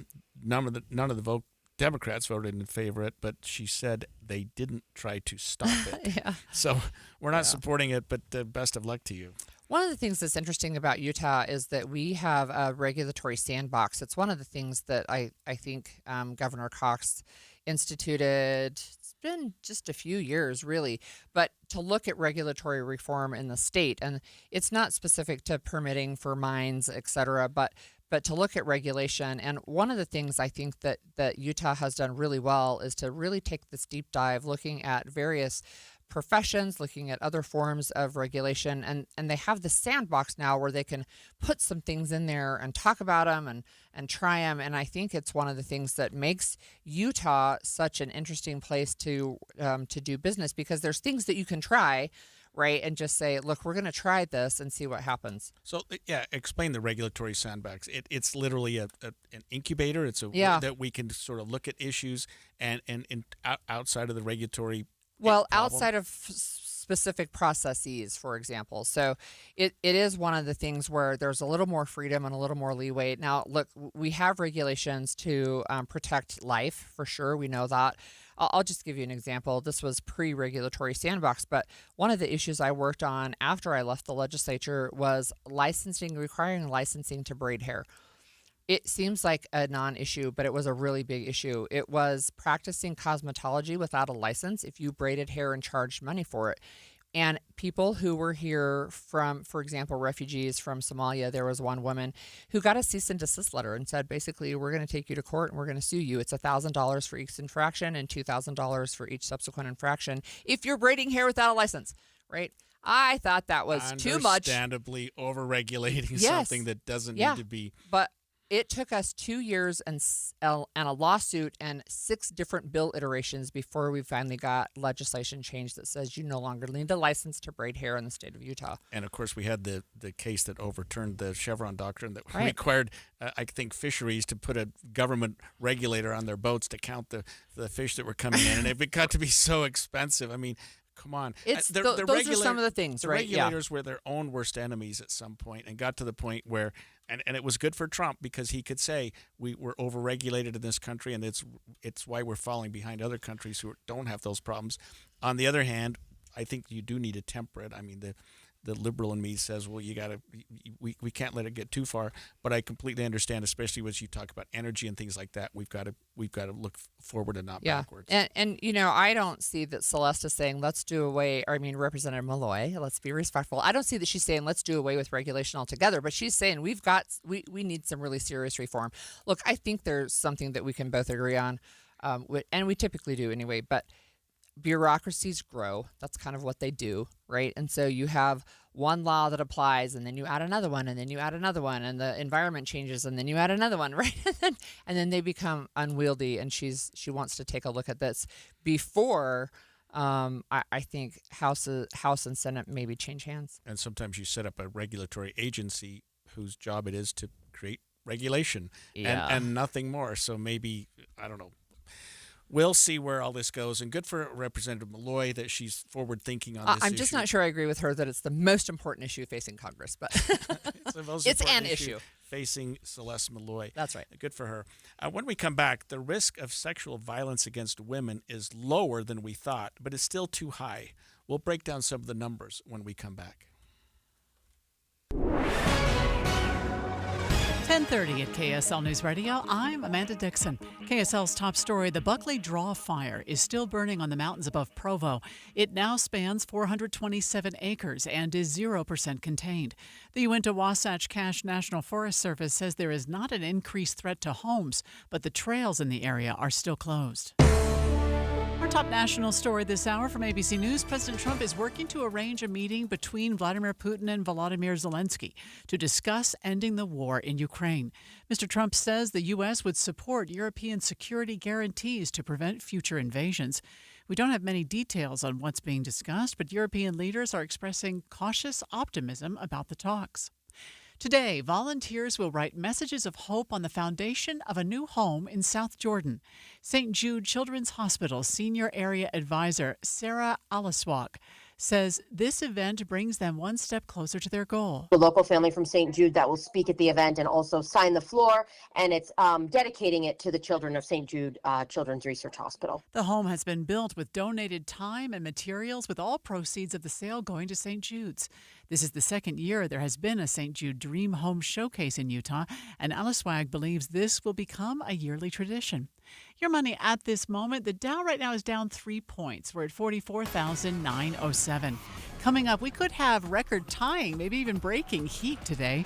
KSL weather is next. KSL News Time, 10:31.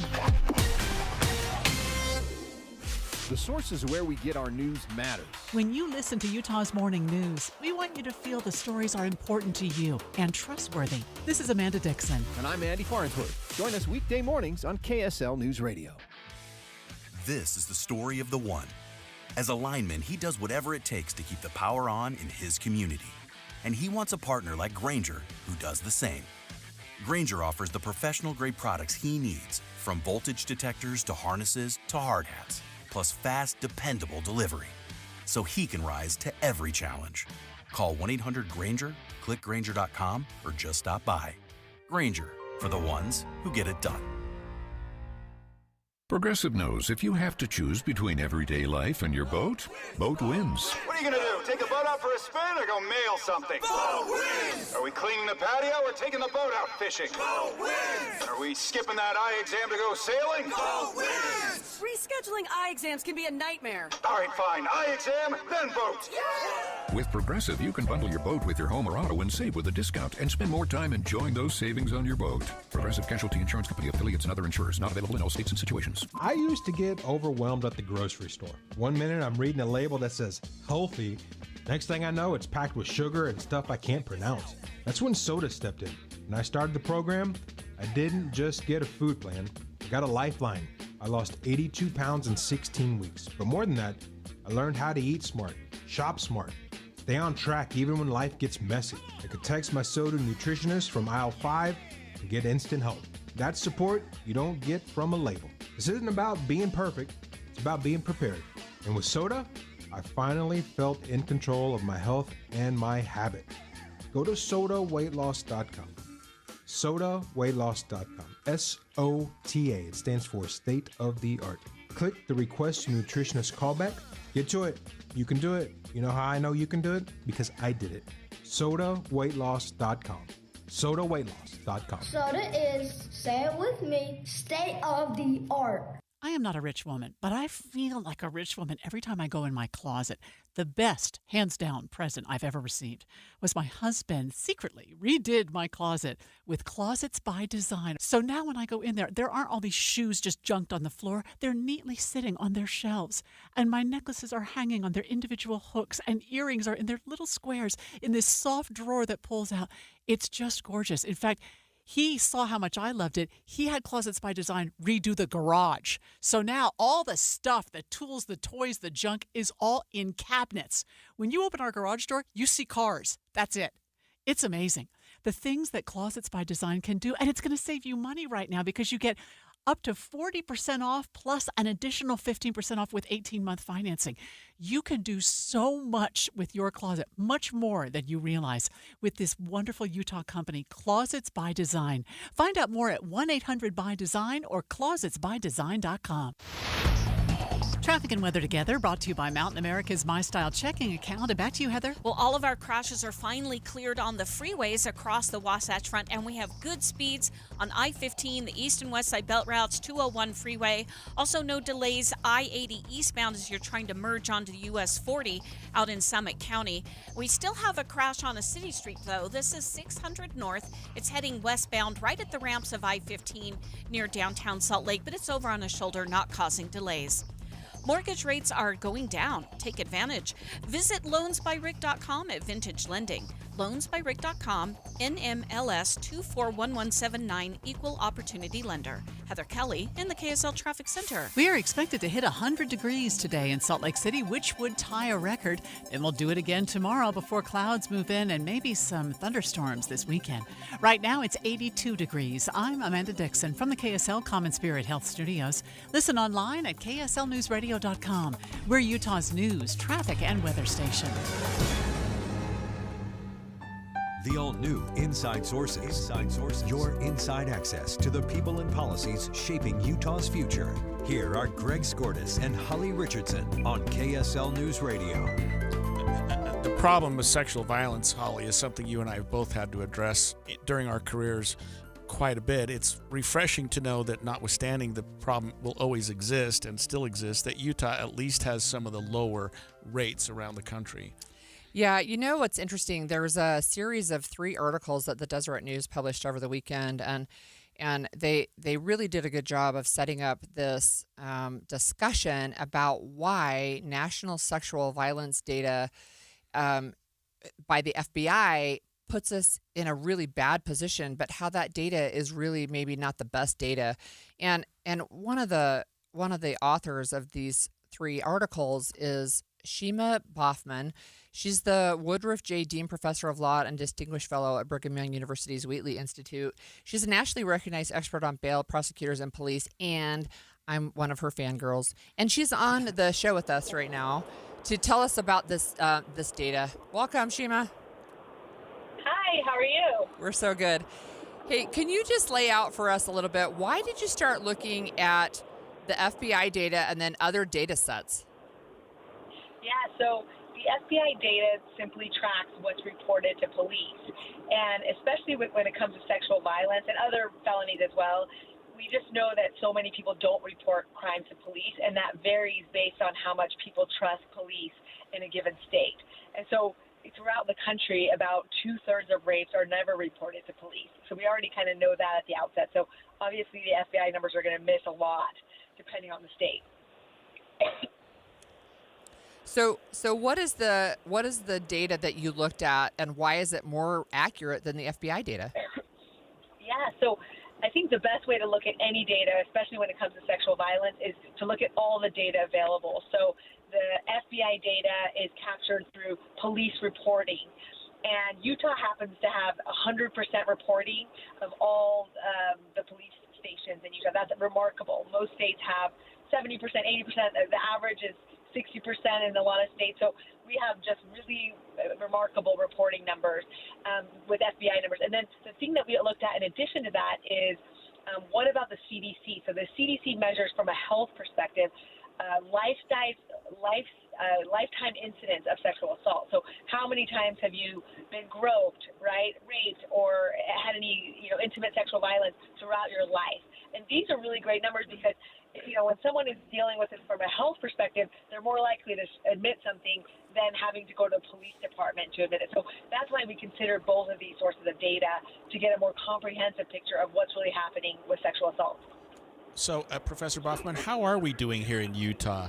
Are we on a good path here, or are we not going anywhere? What did you learn about Utah specifically? Right. I mean, I think to say, and we've said this several times this year, any sexual assault against women is unacceptable and horrible and a tragedy, particularly against women or children. Any of this, but what was surprising as Jacob dug into the data, and I've done this research before, but he's really, I have to give him a lot of credit, Jacob Hess at the Deseret News really dug into this. What we've really found, though, is that, when people say, 1 in 4 women have been raped, well, in Utah, it's less than that. And the national average, about 27% of women have been raped or attempted rape in their lifetime. In Utah, it's 16%, quite a bit lower. We're one of the lowest states, and one of the absolute lowest states as far as sexual violence victimization, which is kind of any kind of unwanted touching, those types of things. They have a whole list on the CDC website. But that is, I think, in some ways really important to also report for women, because I think women in Utah have been hearing, at least those of us that follow this, that Utah is very dangerous, so such high rape rates. And it makes me, as a woman, not want to go running, and it makes me nervous to go out hiking alone. But and obviously that's not really the rape we're looking at. Most of it is partner violence. But still, I think it's good to know, it's refreshing to know at least that we are safer than we might have thought. And that doesn't mean we shouldn't work hard to end, rape in Utah completely and do all we can to put resources towards prosecuting those who are, charged with rape. But I think it is a welcome figure, right, that we understand when we dig into it, we're not as bad as a lot of other states, and we're better than we thought. Could you speak to why this CDC data is getting at different numbers than maybe the FBI data, besides just reporting to police? Is it how they ask the questions? Yes, exactly. They ask the question of, is there any times in your life that somebody might have, unwantedly touch you or harass you? And people then are just able to say and reflect, oh yeah, 10 years ago, somebody might have done this to me, sure, and they report it because it's to a doctor. And I think people feel safer to tell doctors for kind of medicinal purposes, right, those types of things. Any kind of sexual violence they face, any kind of harassment or other types of emotional or sexual abuse, I think that's really the thing. And often with rape, many studies show that women don't want to report this right away. So the reporting numbers to police are going to be lower. And so a real capture of, the number of women encountering sexual violence is really asking them later in kind of these perspective studies. And that's why CDC does them every few years. So the last one was 2016, 2017. They're doing another one in 2025. So we can kind of track that to see how Utah is doing, the last 5 years, and if anything's changed. Do you think that things have changed with respect to the law, with respect to how law enforcement are trained, with respect to how victims are treated and respected more in the legal system, that might be encouraging more people to come forward and report in ways that they weren't several decades ago?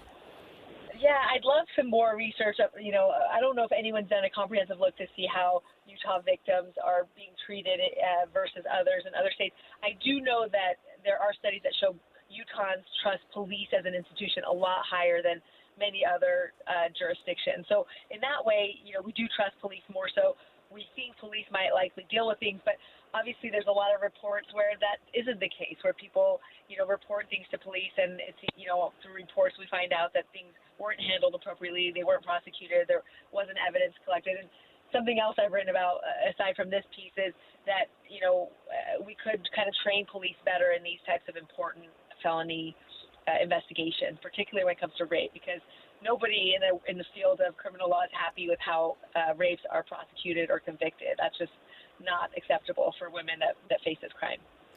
So I have another question about the overall risk for Utah women for sexual violence. So you said specifically rape, which I'm sure has a specific legal definition.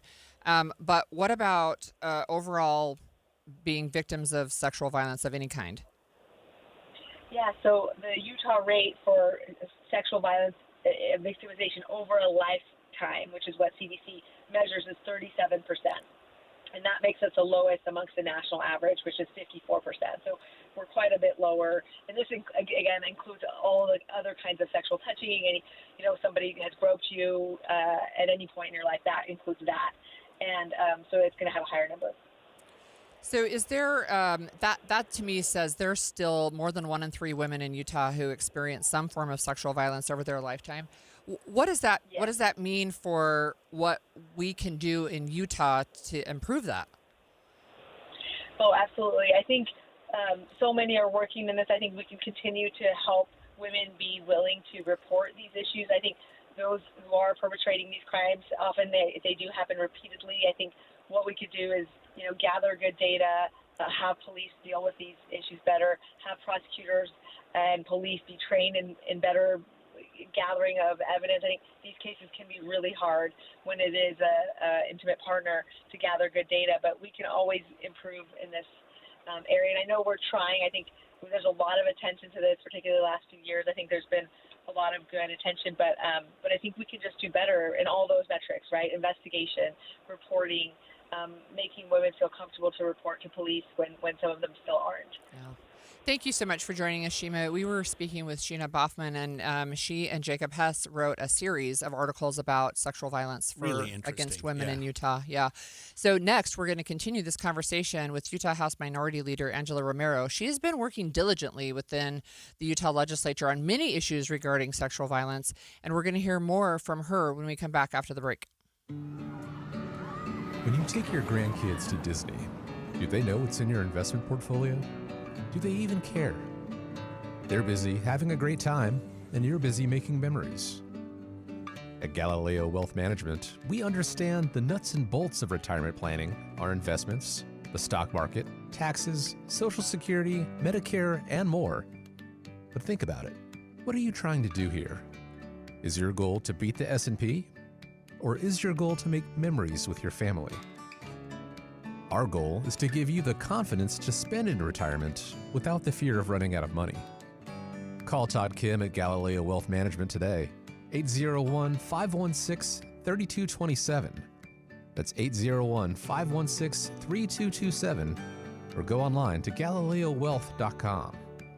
Let Todd Kim and Galileo Wealth Management help you make memories, not just money. You trust us for news and information in your car. Now trust us at home. KSL News Radio has you covered, keeping you informed on the latest breaking news, weather, traffic, sports, and more. Listen on your Amazon Echo or Google Home device. Just say, Alexa, open KSL News Radio, or listen on the KSL News Radio Listen app. Text the word app to 57500. KSL News Radio. We have you covered. I'm back to doing what I love and more, thanks to the Good Feet store. Does your job require you to be on your feet all day? Teachers, postal carriers, salespeople, and restaurant staff. Many of us need our feet to get us through the day. Hi, this is Mike with the Good Feet store, and I'd like you to hear from Donna.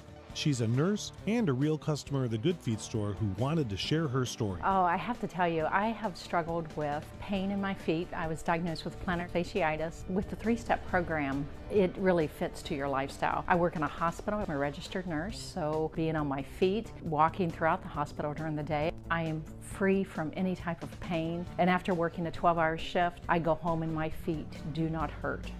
Whether you're a nurse or anyone wanting to enjoy work without your feet getting in the way, come see us at the Good Feet store. Thanks to the Good Feet store. Schedule your free test walk at goodfeet.com. Getting help with plumbing repairs is easier than you think. All you have to do is call Any Hour Services or schedule an appointment at anyhourservices.com. No one helps more homeowners than Any Hour Services. Most of us like to be out in the sun. That's why sunscreen and other safety measures are key to protecting your skin from aging and cancer. The FDA recommends using a sunscreen with a sun protection factor, or SPF, of 15 or higher. Also, look for broad spectrum on the label. That means both harmful ultraviolet A and B rays are blocked. UVA rays age the skin, UVB rays burn, and both cause cancer. But the perfect sunscreen doesn't count if you use it wrong. Don't need sunscreen on a cloudy day? Wrong. 80% of UV rays still get through the haze. Only use sunscreen at the beach? Nope. Anytime you're outside, UV rays attack the skin, so you need protection. And you have to reapply sunscreen every 2 hours. Remember, SPF plus broad spectrum equal healthy fun in the sun. Visit www.fda.gov/sunscreen for more information. A message from the U.S. Food and Drug Administration. When it comes to vaping, the truth can get clouded. So let's make it clear. Vaping is not safe for kids, teens, or young adults. It's just not. Because vaping can put microscopic particles into your lungs. And dangerous things like metals and volatile organic compounds into your body. And nicotine, the same highly addictive substance found in regular cigarettes. Nicotine can harm a person's brain development through their mid-20s, affecting learning, memory, attention, and impulse control, and priming the brain for other addictions. Vaping products also come in kid-friendly flavors that can make them appealing to youth. And many kids also use other drugs, like marijuana, in vaping devices. With appealing flavors, high nicotine levels, and lots of promotion on social media, many kids think vaping is harmless, but it's not. So talk to your kids about the risks of vaping, because when you talk, they hear you. For more information, visit underagedrinking.samhsa.gov. Over the years, you've brought them into your home. You were prescribed opioids after the C-section and after Dad's back injury. They helped when you were in pain, and you held on to them just in case. But did you know holding on to unused opioids puts your family at risk? Trouble with opioids can start at home with unused medicines such as pills, patches, and syrups.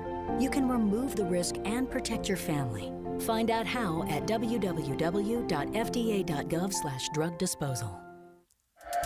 And expanded Inside Sources. Inside Sources. So we've been talking about an important topic, and that is sexual violence against women in the state of Utah. And I would say the person that I most identify with being on top of this issue at the Utah legislature is House Minority Leader Angela Romero. She has just been just a stalwart in making sure that this gets the attention it needs. Yeah, and as you know, I've worked in this field for a long time, both as a prosecutor, defense attorney, and a victim advocate. So we're always talking, always finding out what she's doing, what she's proposing, and trying to help her as much as possible. She's just been a resource for us in so many ways. Yeah, so we have her on the line with us, Minority Leader Romero. Thanks for joining us this morning. Thank you for having me. So we just had a conversation with Shima Boffman, who was the co-author on an article in the Deseret News over the weekend, a series of articles talking about if you take a deeper dive into representative data that looks at anonymized reporting, you get a better idea, they feel like, than what the FBI data is showing us. And still, the rate of women in Utah experiencing sexual violence over their lifetime is like 36%. It's more than 1 in 3. Yeah, I'm sorry you cut off because I have you on speakerphone in my car because I'm driving to the doctor. I think the work we've been doing and to collect data is critical. And I might not be answering your question because I didn't hear all of it. But the bill we passed 2 years ago to make sure that we have that dashboard and that people can see those numbers is really helpful. As we know, there are 36 police agencies that still haven't reported, and the more we work with CCJJ, which will administer that dashboard, we'll be able to deep dive into particular issues. But our biggest concern, I just led committee today, and we were talking about the processing of sexual assault kits, and we were able to pass that bill in 2017. And Utah is one of a few states that no longer has a backlog, and we'd love to continue to process kits faster than even now, but we're getting there.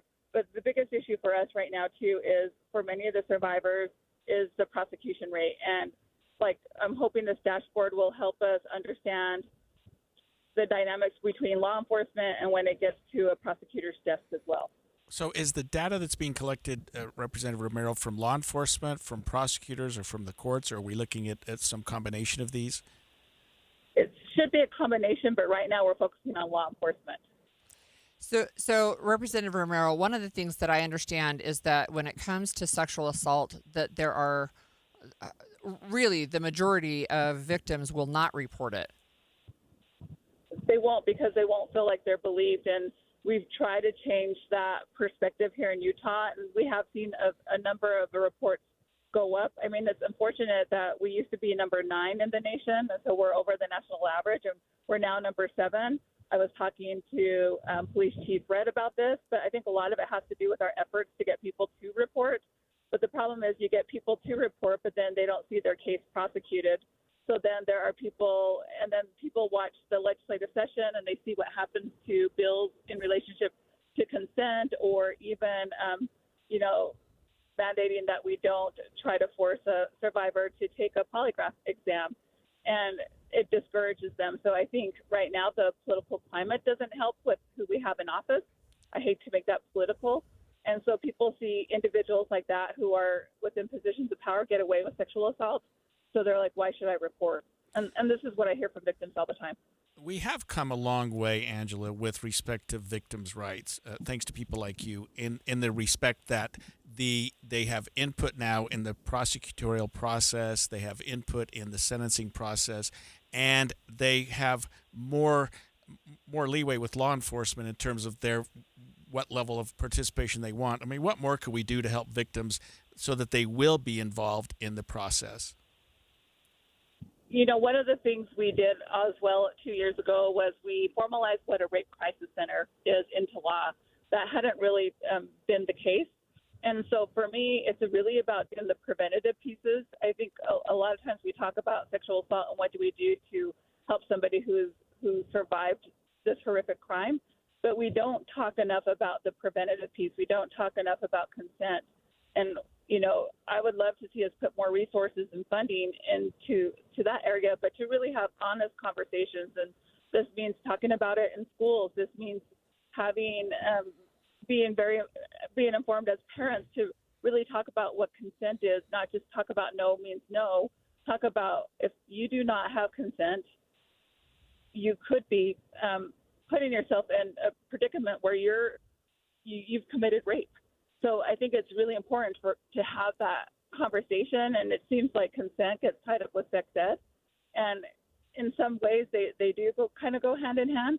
But until we really have those honest conversations with young people and with adults, and we really look at our institutions and our systems, we'll continue to see victims and survivors of sexual assault not get justice, and people not want to report, because this is not just an issue that impacts the person who's the victim of sexual assault. It impacts their entire community.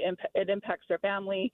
And I think it's really important to mention, yes, women have a higher percentage of reporting of sexual assault, but men also are victims of sexual assault as well as sexual violence. And I think that's really important to highlight as well. Yeah, thank you. Do you have any legislation that's in the works right now that you can talk about right now?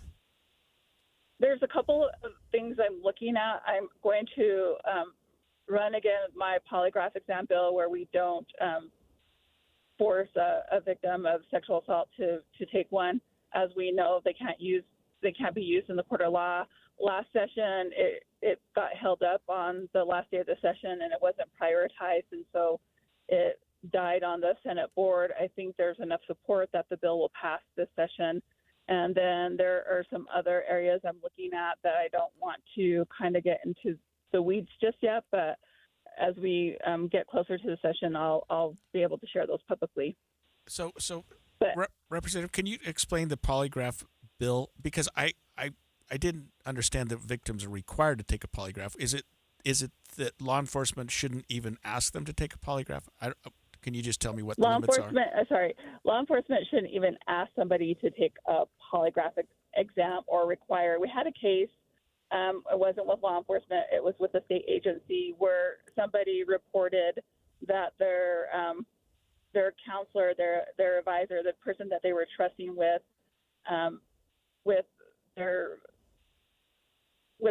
services, sexually abused them, and that person reported it to the state agency. They said, well, if you're innocent, you should take that polygraph exam. this individual took the exam because they wanted to show, like, I'm not hiding anything. This really happened to me. And the exam showed that this person could be being deceptive. Well, when you're a victim of a crime or a victim of sexual assault, and how you handle trauma, it's very different. And so his case was, like, his concern was dropped. And then later on, that person was guilty of also harming other people. And so, as we know, that's not a good indicator whether to say somebody's saying the truth or they're not saying the truth.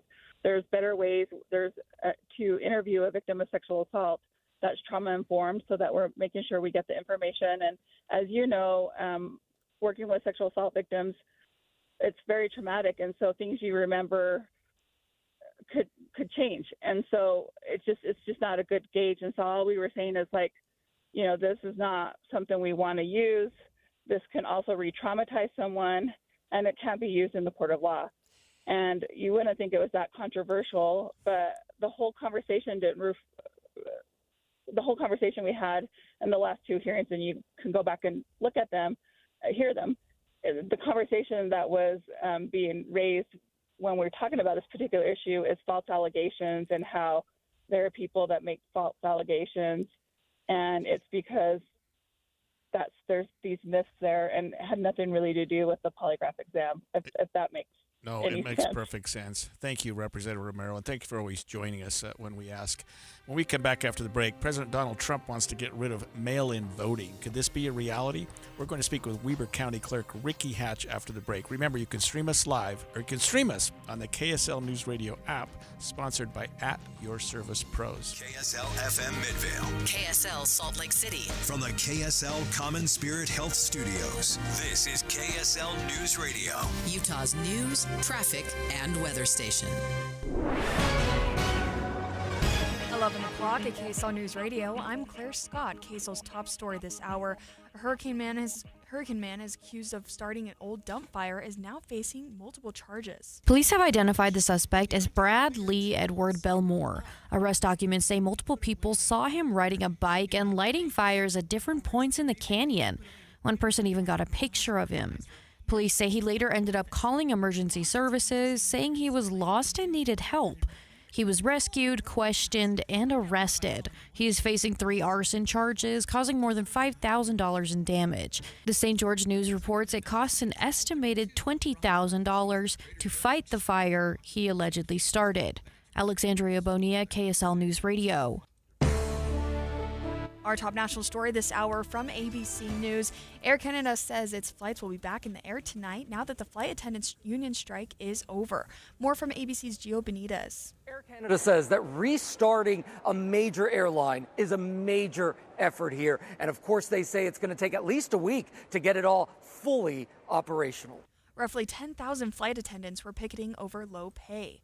Your money at this moment, the Dow is down 18 points, the S&P is down 38 points. And coming up, record high heat today. KSL Weather's next KSL News Time, 11:01. Mornings are for recharging. And they're for starting your day right. We volunteer to join you in the car. Get news and weather at 102.7 FM during the most important part of your day. Andy and Amanda, each morning between 5 and 9 on KSL News Radio. There's a photo my wife took of me, sitting crisscross on the floor playing Legos with my boys. Might not sound like much, but back in 2020, I couldn't get down there without pain, let alone enjoy it. After 16 weeks on soda and 82 pounds gone, that picture means everything. It's proof that I'm not just present in my kid's life, but I'm active, engaged, and I'm healthy. Soda didn't just give me a plan. It gave me a partner, a personal nutritionist who helped me every step. Through grocery store trips, family vacations, late night cravings, you name it. If you're a parent who wants to be there, not just someday, but right now, go to sodaweightloss.com. Click the Request a Nutritionist callback.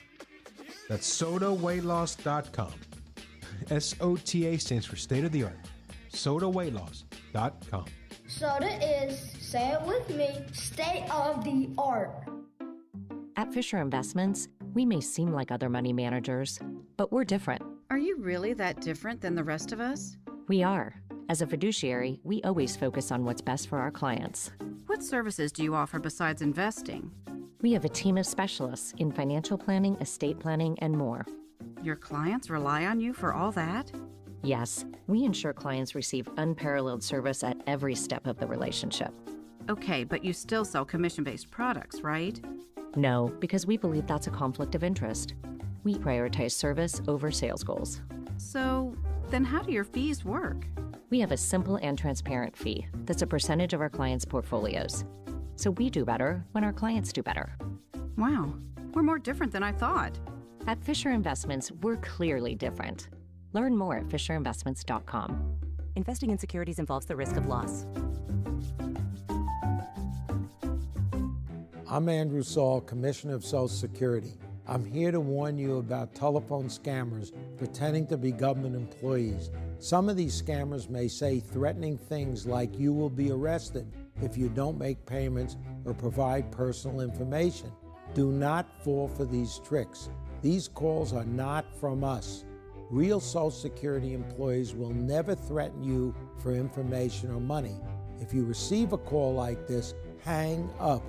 Never give the caller your personal information, like your Social Security number or bank account, or send money in any form, cash, gift cards, wire transfers, or prepaid debit cards.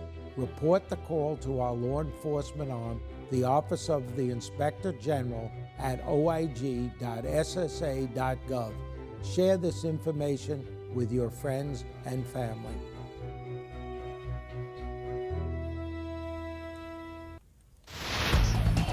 Traffic and weather together, brought to you by Mountain America's MyStyle checking account. Here's Heather Kelly. Well, we don't have any delays anywhere across the Wasatch Front, but we do have a few fender benders. One of them is northbound I-15 as you approach the 400 South exit in Springville. That's over on the right shoulder. There's also one southbound I-15 in Draper right at the 123rd South exit. That too is on the right shoulder. Again, these aren't causing any real delays. The earlier crash we had on 600 North proper right at the ramps to and from I-15, that is in the final clearing stages, and things are looking pretty good going through Parley's Canyon to and from Park City. Common Spirit hospitals, clinics, and caregivers all connected to advanced healthcare in Colorado, Kansas, and Utah. Healthcare with Human Kindness is here. Hello, Human Kindness. Heather Kelly in the KSL Traffic Center. It's sunny skies today and a high of 100 degrees, which would be a record high for the day. Tomorrow, we're still looking at triple-digit heat before we're back to the upper 90s on Thursday. Right now, it is 84 and sunny. I'm Claire Scott from the KSL Common Spirit Health Studios. Listen online at KSLNewsRadio.com. We're Utah's news, traffic, and weather station. The all-new Inside Sources. Your inside access to the people and policies shaping Utah's future. Here are Greg Skordas and Holly Richardson on KSL News Radio. Yesterday, we broke away for a press conference Donald Trump had with Ukrainian President Volodymyr Zelensky, and part of it was talking about what was happening with the war in Ukraine, with his Trump's visit with Vladimir Putin. But somehow, one of the questioners, one of the press members said, "What are we doing about mail-in voting?" I had no idea why that came up, but the president said this: that we got to stop mail-in voting, and the Republicans have to lead the charge. The Democrats want it because they have horrible policy. If you have mail-in voting, you're not going to have many Democrats get elected. That's bigger than anything having to do with redistricting, believe me. And the Republicans have to get smart. I think the people in Utah might disagree with that because we've had mail-in voting for a while. Well, we that's seem to one be of the doing it issues. very effectively, and we still elect Republicans. Look, that's one of the issues. There's a bunch of issues with this, first of all. So, first of all, the federal government actually cannot dictate what voting machines states use or how they're run because the U.S. Constitution says, Article 1, Section 4, Clause 1, I'm channeling my inner attorney, which I don't. You got I'm it not. Exactly right. States the can times, regulate. places, and manner of holding elections for senators and representatives shall be prescribed in each state by the legislature thereof. Right. But So there's only but so they much can Congress change can it do. for Right. for senators, changing senators, whatever. Exactly. So the federal government is now saying, well, we're going to control this. So first of all, I think it's unconstitutional. Second of all, vote by mail. The president claimed yesterday that the U.S. was alone in using vote by mail. We're not. There's over 30 countries, and that includes Switzerland, Germany, Canada, the UK. There are a lot of countries that use vote by mail.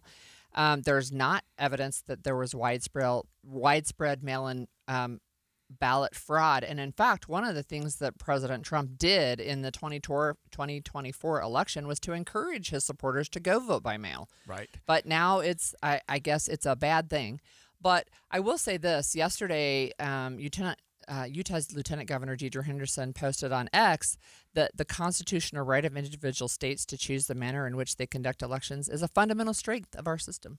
Right. And it has been, and it's going to be restrained on what President Trump can do, although he's been actually back and forth on mail-in voting. I think at one point he was actually somewhat in favor of it. He was in favor of it. And look, mail-in voting has increased voter turnout. And if you are saying that we need to go back to voting on paper and in person, which is what Mike Lee wants to do, is he wants to take it all the way back to you only have one day to vote. It's election day. You vote by paper.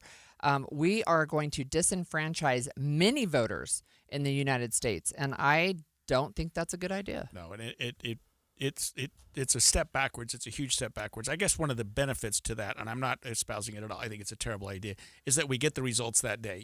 The polls close, you add the numbers. Well, maybe. Yes. Are you going to hand count, right? Or are you going to use a machine to run the ballots through, right? And still, even then, well, maybe, I guess. Right. Okay, we actually have Weber County Clerk Ricky Hatch to join us today to talk about this. Hi, Ricky. Good morning. So, look, is getting rid of mail-in ballots, is that realistic?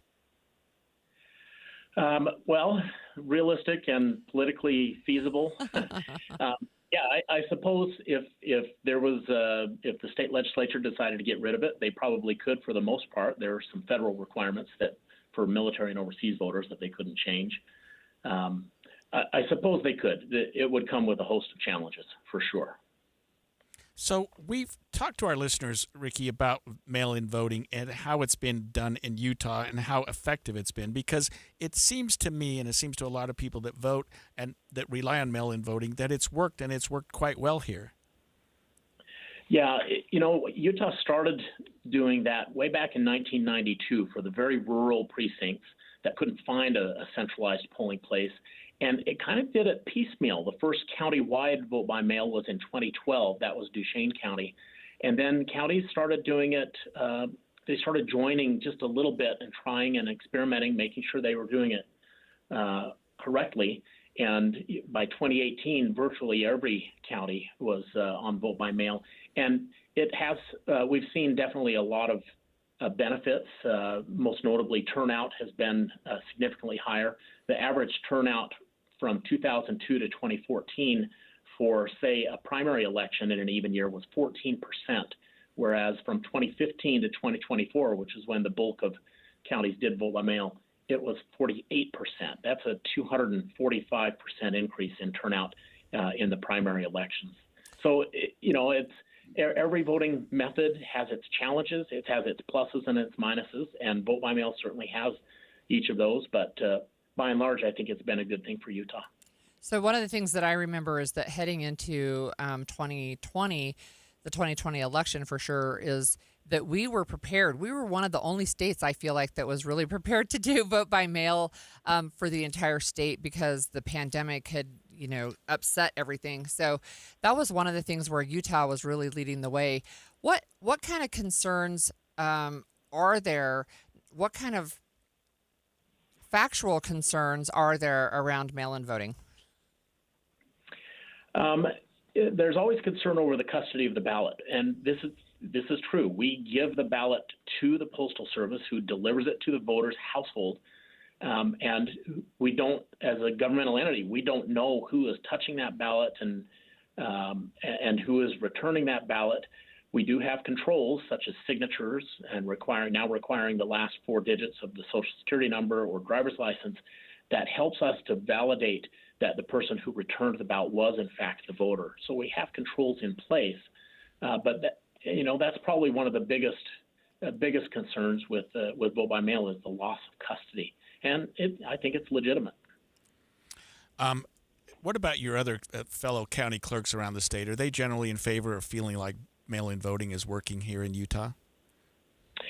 Yes. In fact, I've had a couple of county clerks tell me in confidence that if we moved back to in-person voting, they would likely resign. It provides some administrative benefits, certainly to the clerks and to the counties. But just the benefits that we see, really the biggest benefit, in my opinion, is it increases informed voting. Voters are proactively given their exact ballot 3 weeks before Election Day. And so they have 3 weeks to see exactly what they need to vote on, rather than coming in person and being surprised possibly by what's on the ballot and then having to cast potentially an uninformed vote. And the clerks recognize that, and we want to do ultimately what's best for the people, for the citizens, so that they vote their conscience and do an informed vote, and that it's accessible for them. We'll always give them the opportunity to vote in person. That's an important right. Voters should have that choice. Last question, Ricky, and we've only got about 30 seconds. But did the change in the the time that you had to get your mail-in voting done, the ballot had to be postmarked? Hand. Yeah. Did that make a difference this year? We saw a slight increase in ballots that were rejected because we received them after the deadline, but I didn't see a huge increase. I would expect a small change, but I think voters will get used to that very quickly, and we'll work hard to message that over the next couple of years so that voters are aware. I have one more really quick question. How expensive will it be to go to straight paper balloting? Let's see. Back in 2017, we were looking at purchasing voting equipment, and it was $27 million statewide to do that back in 2017. If we went to hand counting, I suspect that would increase in labor costs. I think it would probably be higher than that. I love to believe that people will come and volunteer, but when we've asked for volunteers in the past, they come in very, very low numbers, and this would be a massive amount of volunteers or of folks that we would have to get into place to do hand counting. Thanks for joining us, Ricky. That was Ricky Hatch talking to us about vote by mail. Look, I have to tell you about this. California Governor Gavin Newsom is punching back at President Trump's redistricting effort, but he is taking a page out of the social media playbook and filling the social feeds with all caps threats and parodies, memes. We have to talk about Governor Newsom's trolling, and we'll do that after the break. Some things never change.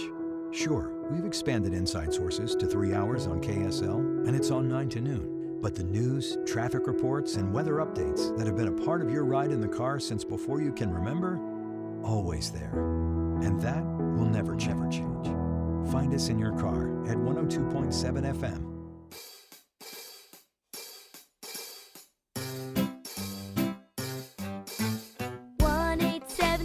Cars for Kids. KARS Cars for Kids. 1877 Cars for Kids. Donate your car today. 1877 Cars for Kids. KARS Cars for Kids. 1877 Cars for Kids. Donate your car today. Donate your car today at carsforkids.org. That's cars with a K. Your car, running or not, can be picked up as soon as the next day. You'll get a maximum tax deduction and a vacation voucher. 1877 Cars for Kids. KARS Cars for Kids. 1877 Cars for Kids. Donate your car today. Now accepting donations of land, homes, buildings, or any kind of real estate. Did you hear? A recent stash of $10 gold Liberty coins from the 1800s has been found. These gorgeous gold coins are as bright and shiny as the day they were struck in the late 1800s. And less than 200 of these gold coins are available. Coin experts are calling this gold find an incredible opportunity. Call 1-800-917-4635 and you are guaranteed a $10 gold Liberty coin minted by the U.S. Mint in the 1800s. But with extremely limited availability, you must call now. These gold Liberty coins from the 1800s are still in uncirculated condition. That is history you can hold in your hand. To learn more, call 1-800-917-4635. Call now and you'll receive a free American Coin Collector's Bonus Package, a $40 value, free with every order. Call 1-800-917-4635 now to secure your $10 Gold Liberty coins dated from the 1800s before they sell out. That's 1-800-917-4635. I'm still going for it, even with higher stroke risk from atrial fibrillation, an irregular heartbeat not caused by a heart valve problem. Over a 3-year study, Eliquis apixaban tablets reduced stroke risk better than warfarin, and over 97% of Eliquis patients did not experience a stroke. A first stroke occurred in 2.9% of warfarin patients versus 2.3% of Eliquis patients. Don't stop prescription Eliquis without asking your doctor. Stroke risk may increase. Eliquis can cause serious and potentially fatal bleeding. Don't take if you have an artificial heart valve, abnormal bleeding, or antiphospholipid syndrome. While taking, you may bruise more easily or bleed longer. A spinal injection increases blood clot risk, which may cause paralysis. Get medical help right away for unexpected bleeding or bruising, or back pain, tingling, numbness, muscle weakness, or incontinence. Aspirin products, NSAIDs, SSRIs, SNRIs, and blood thinners increase bleeding risk. Tell your doctor about planned medical or dental procedures. Learn more at Eliquis.com or call 1-800. Help with electrical repairs is easier than you think. All you have to do is call Any Hour Services or schedule an appointment at anyhourservices.com. No one helps more homeowners than Any Hour Services. Matthew. Huh? Oh, sorry. It's okay. I just need you to listen to me. I know that a lot of times, Mom, it might not seem like I'm listening to you, but I am. I hear you. And what you say really does matter to me. I mean, let's be honest. No kid likes rules, but I get why we have them. I hear you, and I know it's because you care. All the talks we've had over the years, including what you've told me about not using alcohol and other drugs, they stick with me. And believe it or not, they really do make a difference, especially at times that matter most. Hey, want a drink? No thanks, I'm good. So thank you, Dad, for talking and preparing me for what's ahead. Thanks, Mom, for never giving up and always being my biggest fan. Thank you for letting me know what you expect, so I can try to meet your expectations. Thank you for talking. For more information about talking with your kids about underage use of alcohol and other drugs, visit underagedrinking.samhsa.gov. Inside Sources. Redistricting has taken on a whole new light in light of what the president is trying to do, especially in Texas, or at least we started in Texas. The Texas Democrats, as you'll recall, Holly, fled the state for a little while. They finally came back, and I think that redistricting plan went into effect. Well, California Governor Gavin Newsom is punching back, saying, well, I'm going to take a page out of your playbook, filling his social feeds with all caps and threats and parodies. Here's more from Nancy Liu with News Nation on his redistricting fight that's led to this online trolling.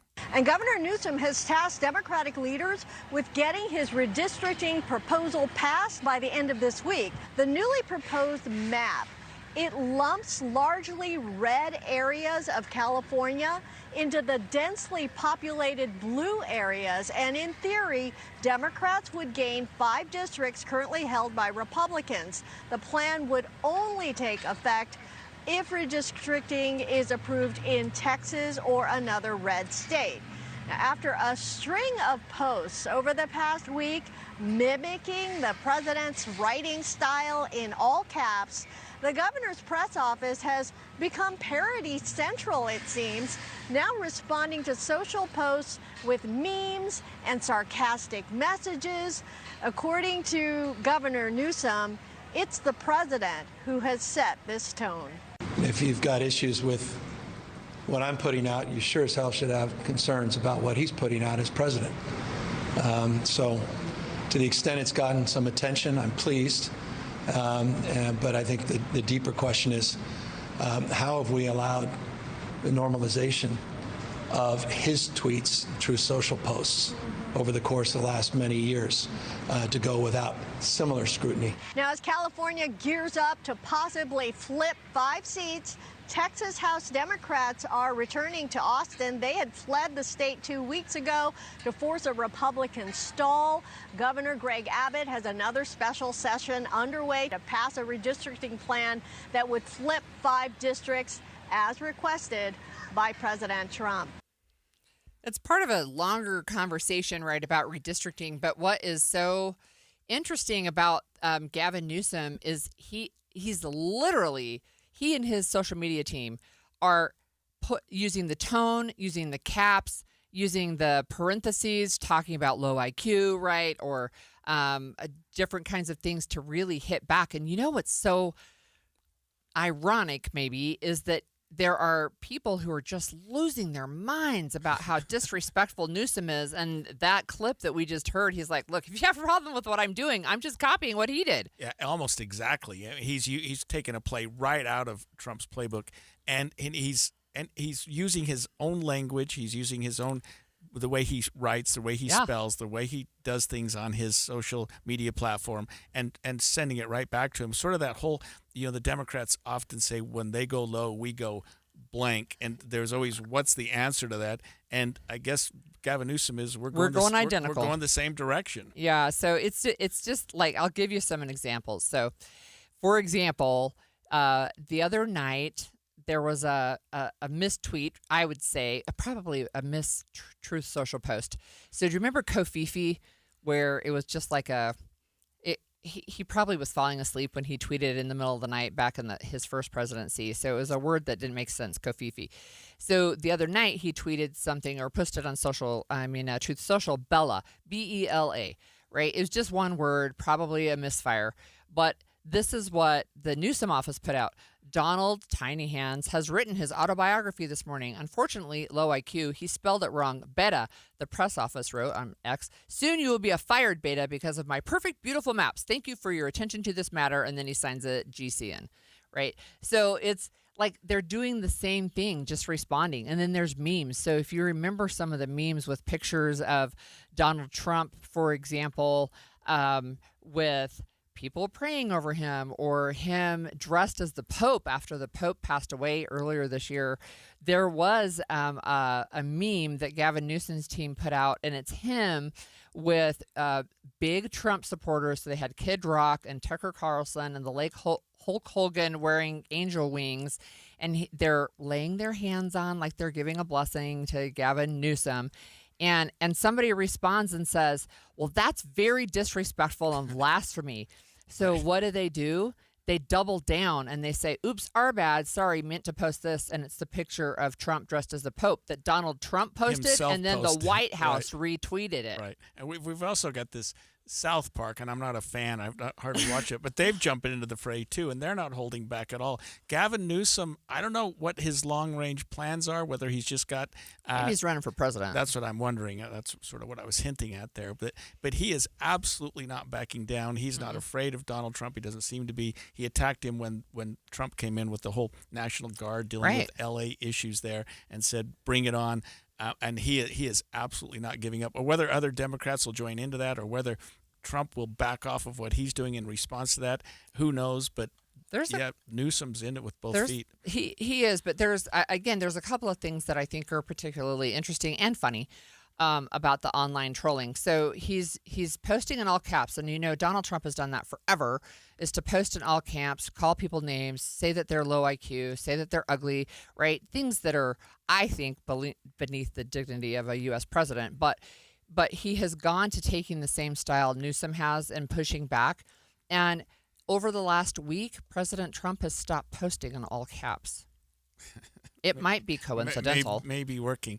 This whole, just backing up, this whole redistricting in a non-census year in response to what midterms are only a year away, and states now looking at what they're doing. I mean, are we going to, Texas is probably going to do it, and Newsom said, well, if Texas does it, I'm not going to do my California thing unless Texas does. Well, he might Texas have his just did bluff it called, because Texas just they got passed together. it. So the Democrats came back, and the Republicans passed the redistricting bill because they had a quorum. But they left, more than 50 of them left the state, so that they didn't have a quorum. The Democrats did come back. They got police babysitters. They had police escorts to make sure that they didn't leave the chamber, so they didn't lose their quorum. The redrawn map has passed, trying to flip those seats. But basically, Newsom and other governors are saying, look, two can play this game. And you almost wonder this in a ideal world, that it backfires on Democrats or Republicans, this whole redistricting, because you can't redistrict without watering down districts. Without, I mean, and I know it's all gerrymandering. Absolutely, it's all gerrymandering based on what they perceive to be areas that are strongly Republican, and maybe they are. But I would think that some of the independents and maybe even some Republicans would say, we're not going to play that game. I don't know, maybe I'm just thinking in a dream world and say, we're going to vote Democrat and show you that we can't just be told how we're going to vote based on how you're gerrymandering our state. There is some risk in Texas because what they did was take really strong Republican districts, because they do have some Democratic districts. That's how they're going to try and get 5 more Republican ones, is divide up the Democratic ones. So what they've done is take really strong Republican districts and dilute them a little bit by pushing some of the Republican voters into districts that are now represented by Democrats, but it decreases then the Republican strength. That's so what there I is meant. potential, Right. There is potential. Same thing in California, but there are multiple states, right? In Utah, it doesn't make any difference. We have 4 Republican districts, and we could redistrict to potentially give a Democratic stronghold in Salt Lake City, but the Republicans in the Utah legislature aren't going to do that, so we're not really part of the conversation. But there are other states that are saying, hey, if you guys are going to do this, we're going to do it too, right? And it has not been done before. It has been at least a de facto understanding that we only redistrict every 10 years with the census. There is a proposed bill in the U.S. House to say no Republican or Democrat can redistrict mid-census cycle. But clearly, there's not even an attempt to hide that this is a way to try and swing the 2026 election.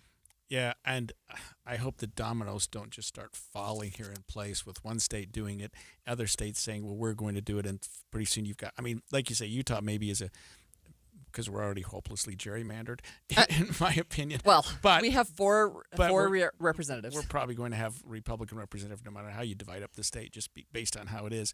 But anyway, we'll see how that goes. A new KSL podcast is launching today, which revolves around a serial killer you may not have heard of, who targets teen hitchhikers in the 70s. I'm passionate for the victims. Maybe that's what I'm an advocate for, are the victims who don't have voices anymore, the ones that have never been found. We learn more about stolen voices in Dole County, inspired by KSL's Cold podcast, after this. It's 11:30 at KSL News Radio. I'm Verl Johansson. KSL's top local story this hour. Talk of Major League Baseball expansion is bubbling up again. KSL News Radio's Randall Jepson has more. Major League Baseball Commissioner Rob Manfred caused a buzz Sunday night on an ESPN broadcast when he was asked about expansion. And he said he'd like 2 more teams, and at least one should be in the West, because it would help reduce travel for Western teams, and it would fill more late-night TV time slots. He did not list his top expansion cities, but in nearly every expansion list out there, you'll find Salt Lake City as a top contender. The commissioner says he'd like to have those expansion teams named before he retires in 2029. Our top national story this hour from ABC News. Texas Republicans are moving forward with their redistricting plans that saw Democratic lawmakers leave the state to try and block the initiative. ABC's Brian Clark has more. When the Texas House convened Monday, Speaker Dustin Burrows said, "A quorum is present, and it's time to resume the work of the people of Texas sent us here to do." A key Republican item, redistricting, and the full House will consider new legislative maps Wednesday after they advance from committee Monday. Democrats have signaled they will not break quorum again, but say they'll build a legal case to fight what they call unconstitutional maps. Brian Clark, ABC News. Your money at this moment, the Dow is up 17 points, the S&P down 35, the NASDAQ down 286 points. And coming up, a chance for record heat today. KSL weather's next. KSL News Time, 11:31. A reminder about the simplest way to get updated for your day. Hit your KSL preset when you jump in the car, and we'll take care of the rest. Hear key news updates and traffic reports. Andy and Amanda from 5 to 9 in your car. KSL News Radio at 102.7 FM. I am not a rich woman, but I feel like a rich woman every time I go in my closet. The best, hands down, present I've ever received was my husband secretly redid my closet with Closets by Design. So now when I go in there aren't all these shoes just junked on the floor. They're neatly sitting on their shelves. And my necklaces are hanging on their individual hooks, and earrings are in their little squares in this soft drawer that pulls out. It's just gorgeous. In fact, he saw how much I loved it. He had Closets by Design redo the garage. So now all the stuff, the tools, the toys, the junk is all in cabinets. When you open our garage door, you see cars. That's it. It's amazing. The things that Closets by Design can do, and it's going to save you money right now because you get up to 40% off plus an additional 15% off with 18-month financing. You can do so much with your closet, much more than you realize, with this wonderful Utah company, Closets by Design. Find out more at 1-800-BY-DESIGN or closetsbydesign.com. I didn't just lose 82 pounds in 16 weeks. I lost fear. I lost shame. I lost that nagging voice in my head that told me I couldn't do it. I thought weight loss meant being hungry or miserable. Soda showed me something different. I wasn't starving. I wasn't white-knuckling it throughout the day. I was learning. I was eating real food, texting my nutritionist when I had a question or hit a wall. People asked if I do it again, and I tell them I do it twice. Because what I got back, my energy, my focus, my sense of control, this isn't about fitting into skinny jeans. It's about showing up for life. Go to sodaweightloss.com. Put the Request Your Nutritionist callback. SOTA, it stands for State of the Art. SodaWeightLoss.com. You can do this. You know how I know you can do it? Man, I did it. And I like to eat. SodaWeightLoss.com. Soda is, say it with me, state of the art. If you have unfiled taxes or are in debt to the IRS, this is important news. Did you know the IRS has programs specifically designed to help people struggling with tax debt? Powerful tax assistance programs that can save you thousands if you qualify. No one knows these programs better than the experts at Optima Tax Relief, America's most trusted tax resolution firm. A-plus rated by the Better Business Bureau, their award-winning tax attorneys and licensed professionals have resolved over $1 billion of tax debt for their clients. One call to Optima can start the process, helping to put an end to your worries about wage garnishment, asset seizure, and other aggressive IRS actions. Find the best options to solve your tax problems. Call the experts at Optima Tax Relief today for a free consultation. Call 800-343-6460. 800-343-6460. 800-343-6460. Optima Tax Relief. Some restrictions apply. For complete details, please visit OptimaTaxRelief.com. Traffic and weather together, brought to you by Mountain America's My Style checking account. Here's Ricky Meese. Earlier problems have been cleared. Freeway traffic in great shape once again. No accidents, no delays. Just a heads up for those in Utah County. The traffic light has been repaired and is now functional on Mountain View Corridor at 4th North in Saratoga Springs. Advanced Window Products, $2,500 off 10 windows or more. AdvancedWindows.com. Affordable windows guaranteed. Ricky Meese in the KSL Traffic Center. Well, today we're looking at 100 degrees, a record high for August 19th. We stay in the triple digits tomorrow before we start to cool down into the mid-90s with a chance of rain as soon as Friday. Right now, sunny skies and 86 degrees in Salt Lake City. I'm Burl Johansson from the KSL Common Spirit Health Studios. Listen online at KSLNewsRadio.com. We're Utah's news, traffic, and weather station. The all-new Inside Sources. Inside Sources. Your inside access to the people and policies shaping Utah's future. Here are Greg Skordas and Holly Richardson on KSL News Radio. Before the show started today, we were able to listen to the trailer for a podcast that's a story that's been silenced for decades, and this trailer is chilling. We're going to play it in just a moment. But Stolen Voices of Dole Valley is a new KSL podcast launching today. Takes you inside a haunting case of a predator who roamed free in the 1970s Pacific Northwest. Let's listen to the trailer. You always have hope that maybe it's not as bad as it seems to be. I knew I was going to die that day. You don't know what a monster looks like until it's too late. He was this young, good-looking, charismatic guy in a blue van. When he put the knife to my throat, I thought, this can't be happening to me. He ties up one lady, smacks her around, tells her not to go nowhere. She somehow managed to escape. One police officer didn't believe me. I was abducted by a serial killer. It's no big deal. There were multiple victims. Some didn't survive and some did. He'd seen a woman all bloody and tied to a tree, screaming, "Someday someone's going to find who remains." It's beyond what you would see in a horror movie. Buries her alive. She literally crawled out of her grave. I got pictures in my mind that I'll never get rid of. 6 to 18 girls, young women that disappeared. And you're like, well, that's serial killer stuff. Warren Forrest wasn't on their radar at all. From the beginning, the ball got dropped. This guy's clearly disturbed, sexual, sadistic, homicidal tendencies. If you're dangerous and you're killing people, you need to go away. He had a reign of terror for at least 4 years that nobody knows about. Cases that are 50 years old. All these families waiting for justice and waiting for answers. Being a detective is not a precise science. We're not done. All these years with all these bodies attributed to him in a no man's land. The story was gonna die. No one was ever gonna tell it. It has to be told. Your podcast is definitely helping push this investigation. Justice needs to be given to the voices that he silenced. Killers. You never forgive them for what they've done to your family. You gotta do the right thing, even if it pisses everybody off.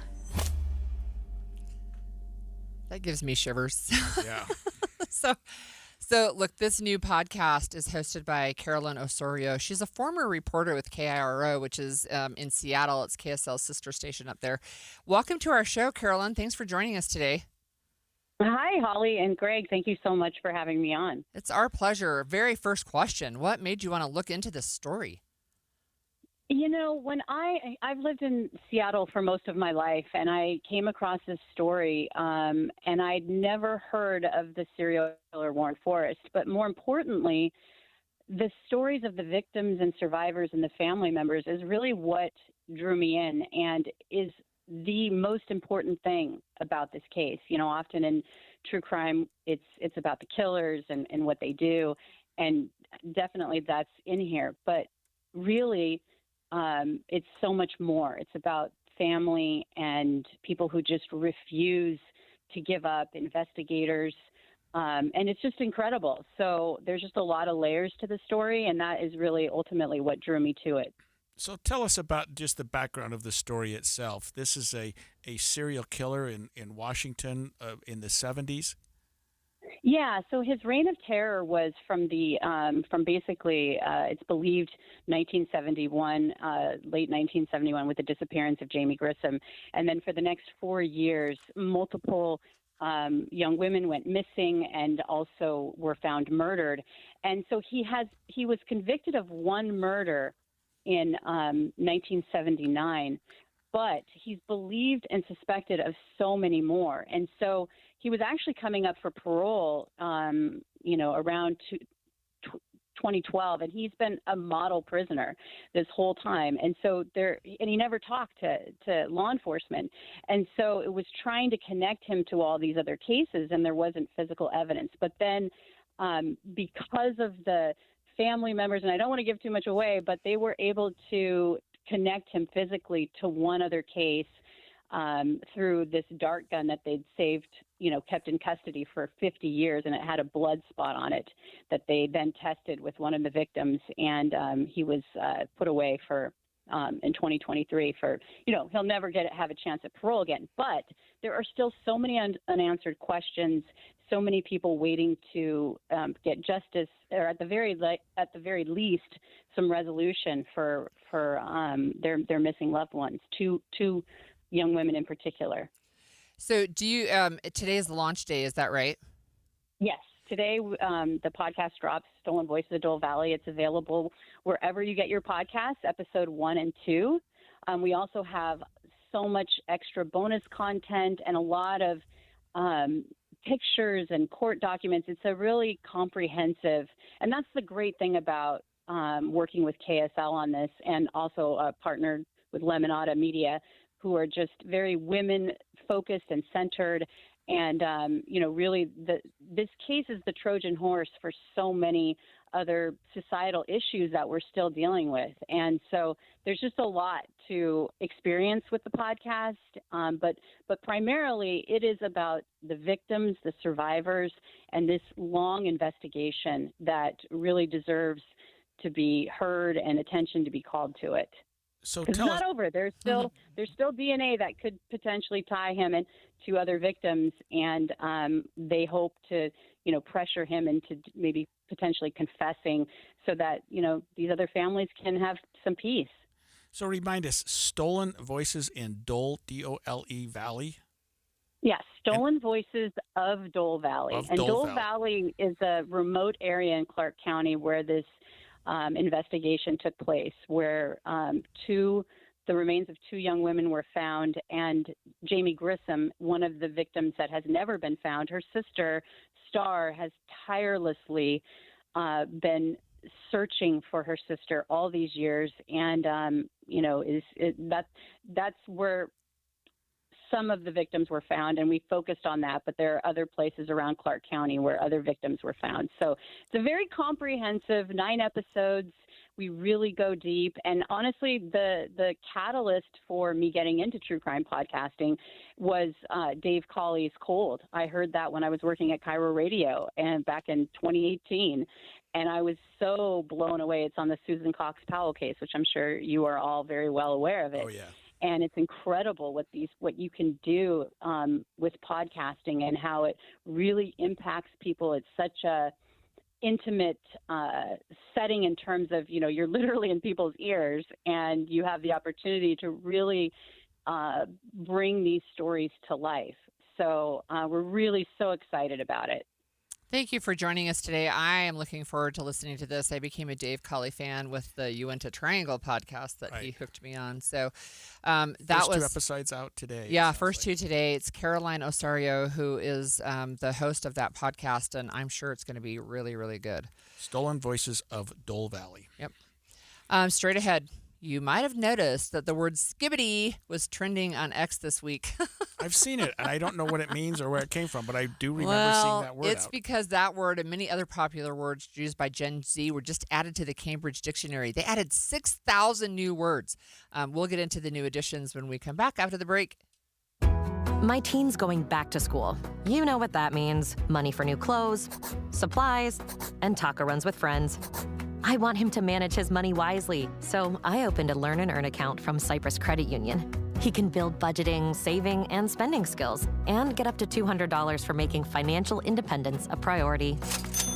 Learn more at cypruscu.com. Cyprus Credit Union, your future is our future. Insured by NCUA. The power of we believes in you. It advocates for you.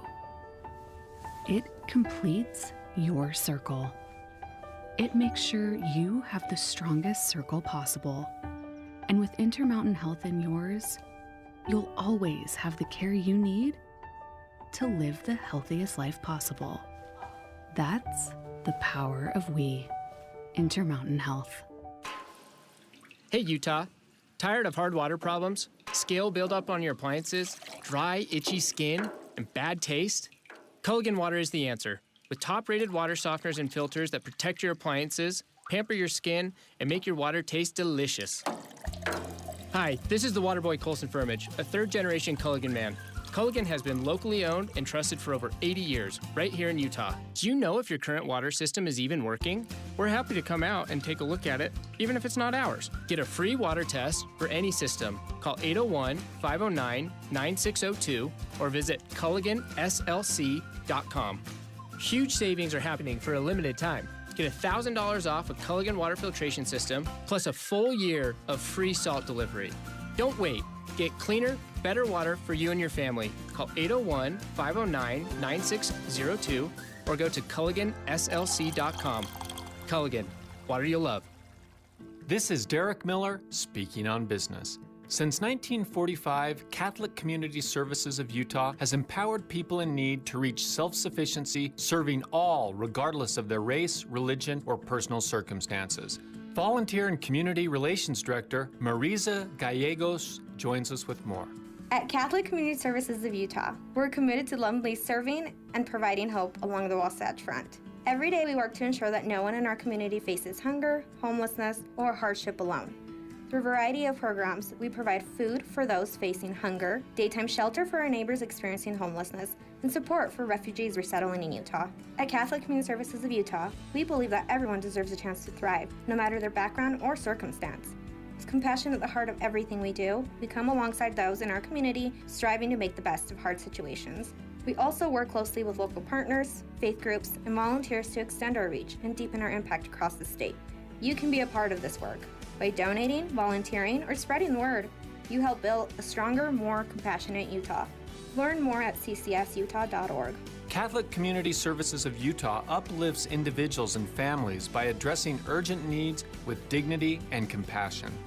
Their work builds lasting stability, strengthens communities, and opens doors to hope. Discover how you can support their mission today. I'm Derek Miller with the Salt Lake Chamber, speaking on business.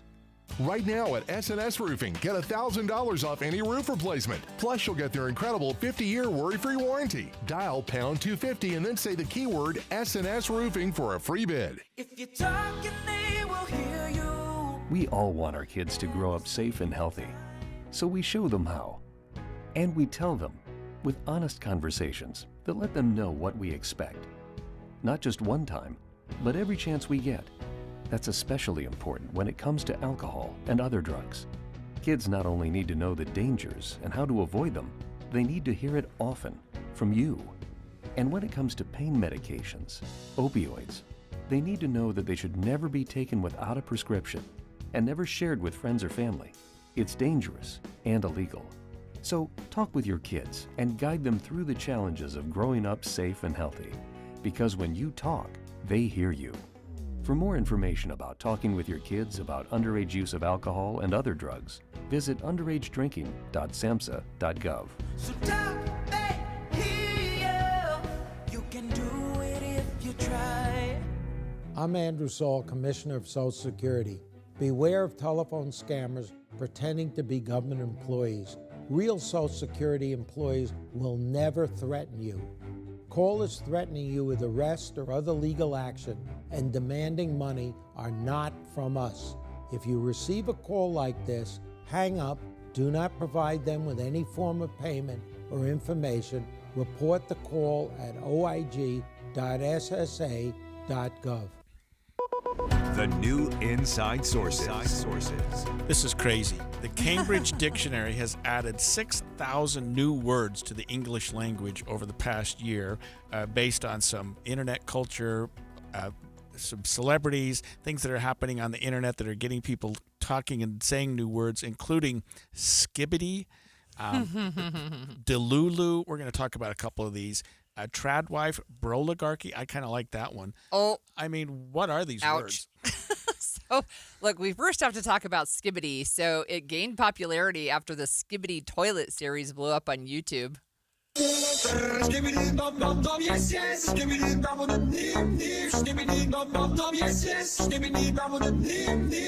I'm reminded why I don't have YouTube. Skibbity Toilet, an animated series which features singing toilet heads battling.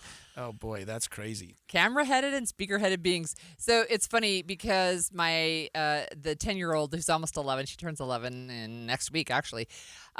She was telling me last year, Skibbity Toilet. And I'm like, what does that mean? She goes, it's bad. But actually, I learned that skibbity could be bad or good. But it's a made-up word, and it is entered the lexicon now. Yeah, like phrases like, what the skibbity are you doing? That wasn't very skibbity riz of you. I don't know riz either. Riz is short of for charisma. Skibbity could be an adjective or a right. noun, it sounds like. Interesting. Skibbity. I'm going to use it. Or it can be used as something with no real meaning because it really doesn't have any. Doesn't have any meaning. Okay, what do you think delulu means without no, your cheat sheet? No clue. Delusional. right? Oh, that makes sense. Right. Delulu. It's a play on delusional. Yeah, I exactly. don't know why So we don't just use the real word. So actually, well, I don't know. Why do we ever have slang, right? But earlier this year, Australian Prime Minister Anthony Albanese said they are Delulu with no Salulu. So it's delusional even without an reached answer. Political discourse, yeah. Okay, tradwife. Okay, well, what do you think that is? No idea. I am. Was, at least. A trad wife? Traditional wife, right? Oh, so sure. traditional gender roles, stay home, raise the kids, bake your food from scratch, sew your kids' clothes, whatever. Those types of things. So there's they're also saying it can be somebody who posts on social media, which I didn't do when I was raising my kids, but it really is the idea that it's the traditional gender role for women to stay home and take care of their kids. That's what a trad wife is. We call it a trad wife. Yep. Okay, I got to do at least one more. Broligarchy? The broligarchy. So bro, I know. Yeah. Oligarchy, I know. I don't Yeah. know how you combine the two. Right. It's a small group of men, especially men owning or involved in a technology business who are extremely rich and powerful and who have or who want political influence. So we use this word to talk about Elon Musk, the broligarchy, Jeff Bezos, Mark Zuckerberg, etc. Oh, the broligarchy, the posse of rich men. Of rich tech guys. Tech men. But yes, yeah, pretty much. So Okay. there's a couple of others too. So we did a segment a week or two ago on slang as back to school, right? So the teachers could be up on it. We asked our texters to send in slang that they had heard. And one of them sent us the word Ohio, which is now part of this Cambridge Dictionary. So I'll just remind our listeners, Ohio is used to describe something weird, cringe, or generally undesirable. So How do we get that? I don't know. Is it spelled like Ohio? Yeah, like the state. Oh. Yeah, like only in Ohio, That's really. that's so I mean, Ohio, right. yeah, exactly. So that's exactly right. So the reason they're being added in is because the Cambridge Dictionary people say they have staying power. It's not just a one-off, right, where somebody makes something up and it doesn't catch on. These are words that have caught on, and it's part of our lexicon. So my friends who play Scrabble, yeah, they can could now use these words. Incorporate these Delulu words. Yeah, and tradwife, broligarchy. They should do that. That's really funny. there you go. Okay, so I also need to say that their Gen Alpha is responsible for some of these words. So is Gen Z. But Gen Alpha, this is the young kids. These are kids born between 2010 and 2024. So some of them are just 1-year-old babies. They're not speaking yet. And that's part of the group that are using some of these words? Yeah, they're using these words, right? Yeah. So that's the next generation, Gen Alpha. yeah. And then after starting this year, 2025, it's Gen Beta. So my daughter, who's 10, is like, Mom, I'm an alpha. And she loves to tell me that. I'm not a beta. You're a beta. I'm not. She tells her brother that. She doesn't tell me I'm a beta. But she loves to say she's an alpha, and she is Gen Alpha. And she calls me Boomer, which is actually technically accurate. So bringing the Greek alphabet into exactly. our population. Well, you have to go circle back around, That's great. right? Yep, that's right. Okay. All right. Fun facts of the day for today. Today is World Humanitarian Day, and it was established by the UN in 2009 because the United Nations headquarters in Iraq was bombed on August 19th, and 22 people lost their lives, including the UN's High Commissioner for Human Rights, which is that's a really big deal. So now we have this commemoration of World Humanitarian Day just to recognize that there's humanitarian workers out there, and some of them put their lives at risk. And when did this one start? 2009. Oh, yeah. so World not too Humanitarian long. Day. Yeah. Yeah, so not super long ago. And there are humanitarian workers and there are also humanitarian volunteers, and they can be a little different. But basically, it's people out there trying to make a difference. And That's some a good of them, day. That's a good day. Some of them do risk their lives. Yep. Okay, on this day in 1851, Charles Hyers was born. He was a Philadelphia pharmacist, and he developed a drink he called root beer. Root beer. Oh, Utah that's right. loves Charles Hyers, right? Yes, that's right. Aren't we just opening a new Charles Hyers? Yeah, out down in Harriman, or I think. something? Yeah, Daybreak, Yeah. the Daybreak area. Yeah, so it's also Bill Clinton's birthday. He's actually 79 today. I didn't realize he was that old. Yeah, he's been around a bit. He's been around. But I wanted to talk, too, a little bit about 1919. So on this day, August 19th, 1919, President Woodrow Wilson went before the Senate Foreign Relations Committee to lobby the committee to ratify the Versailles Treaty.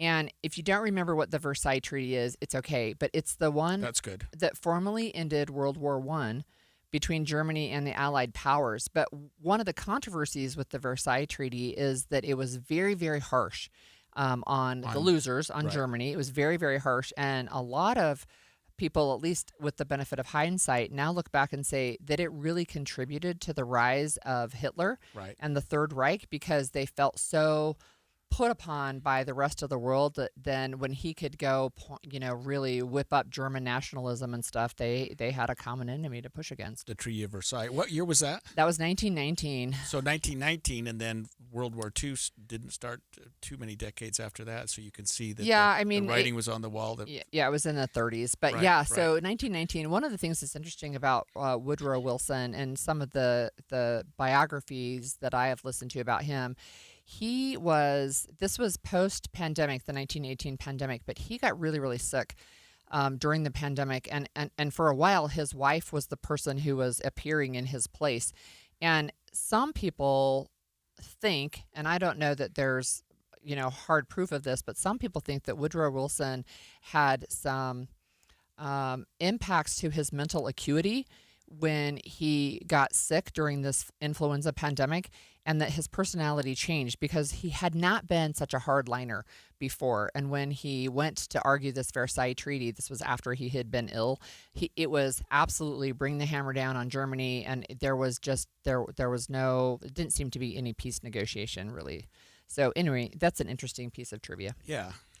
So, okay, on this day in 2020, so 5 years ago, Apple became the first U.S. company to be valued at $2 trillion, and that was just 2 years after it reached $1 trillion. And now it's been passed by another company that creates chips, I think. NVIDIA is the name of it, yeah. Yeah, which is a $3 trillion company, I think, or more. Yeah, so that's crazy. Anyway, so that's our trivia for the day, and I will say this. I thought you had a couple of birthdays. Oh, yeah. Oh, my goodness. Thank you for reminding me. We do have a couple of birthdays. Brian King, happy birthday to Brian King, former member of the Utah House of Representatives, minority leader, and now he's leader of the Utah Democratic Party, and Speaker Mike Schultz. It's his birthday today.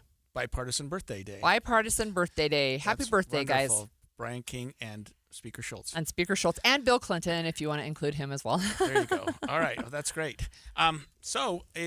We're just to double back on what happened in Tremont and Garland yesterday, or Sunday night. There's going to be a community vigil held this evening so people can gather to remember the two officers that were killed in the line of duty. Midday with Maria Chaleos is next. Stay with us on KSL News Radio.